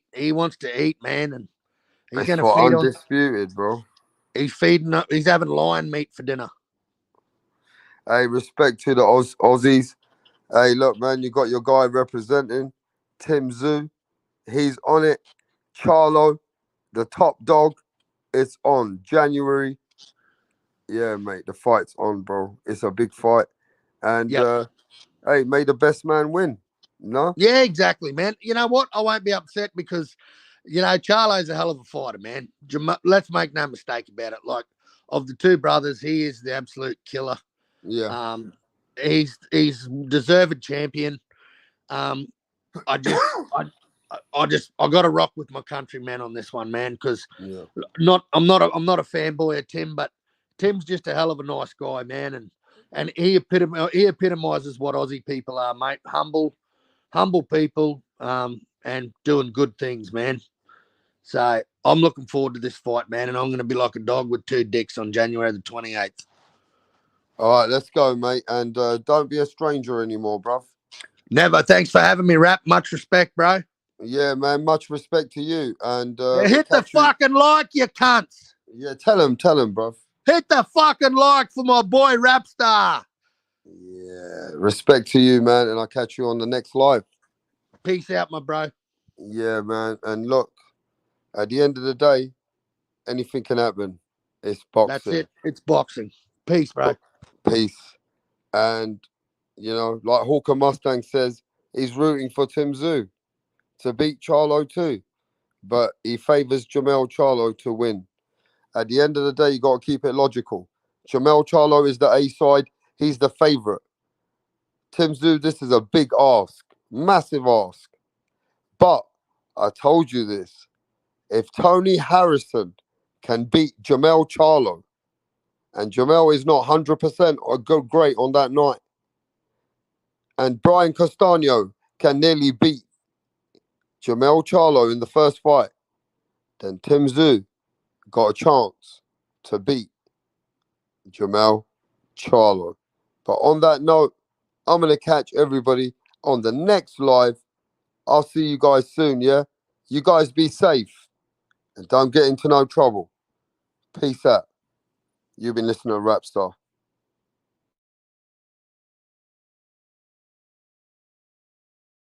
Right, what's going on here, Donny's on the next? Barry's actually going to propose to Sandra. Sandra has been giving Barry mad head lately, and he's whipped, yeah? He's doing this behind the back of the boys because they know, yeah, they would have cussed him out for proposing to Sandra. Tracy had one job to do, and that was to record it. But she's all over the bloody place. Barry's clocked that she didn't get the footage, so he's going to propose to Sandra again. Oh, for fuck's sake, Tracy! What's going on? What up? How are you? I'm great. Can we meet you? My name is Tunde Tupac, aka the Rap Killer. Tunde Tupac. The Rap Flexer. Kill them all. Your name is Tunde Tupac. Tunde Tupac. You can write the Rap Killer there. But Tunde is your name. Okay. Yes. Okay. Thank you. Tunde, with your dressing, I know the kind of song that you're about to present. Yes. So you want to tell us about it? Just rap game. I kill the rap game because the haters want us down, but they're not going to get us. You don't need to tell us about the haters now. Rappers, right? You're a rapper. A rapper. Good. Let's hear you. Check it. Ha check it. Ha check it. Check it. Check it. I rule everywhere. I rule. They want to take me down, but they cannot take me down. Yeah. I rule New York. I rule Lagos to Atlanta. We go to Chicago. Check me out. Check my game. My game is tight. All the haters, I shoot them in the brain. Boom, boom, boom. I've been around with my guys, 50 Cent, Tupac, Biggie, Snoop Dogg. We're all in this game together because I kill them all. I kill Tupac and I kill Biggie. I kill them all because they can't contain my rap game. Hey! It's off the hook because I'll kill you all now. No, calm down. You killed who? It's just a lyric. Don't fear. Lyric. Yeah. Your lyric will put you in trouble. You have to be very careful. You don't just go about saying things that you don't know. It's a rap game. That's everything. Oh, okay. How old are you? I've been in this game for more than 20 years. How old are you? I'm 15 years old. What? Just forget my age. Just focus on how long I've been in the game. And you know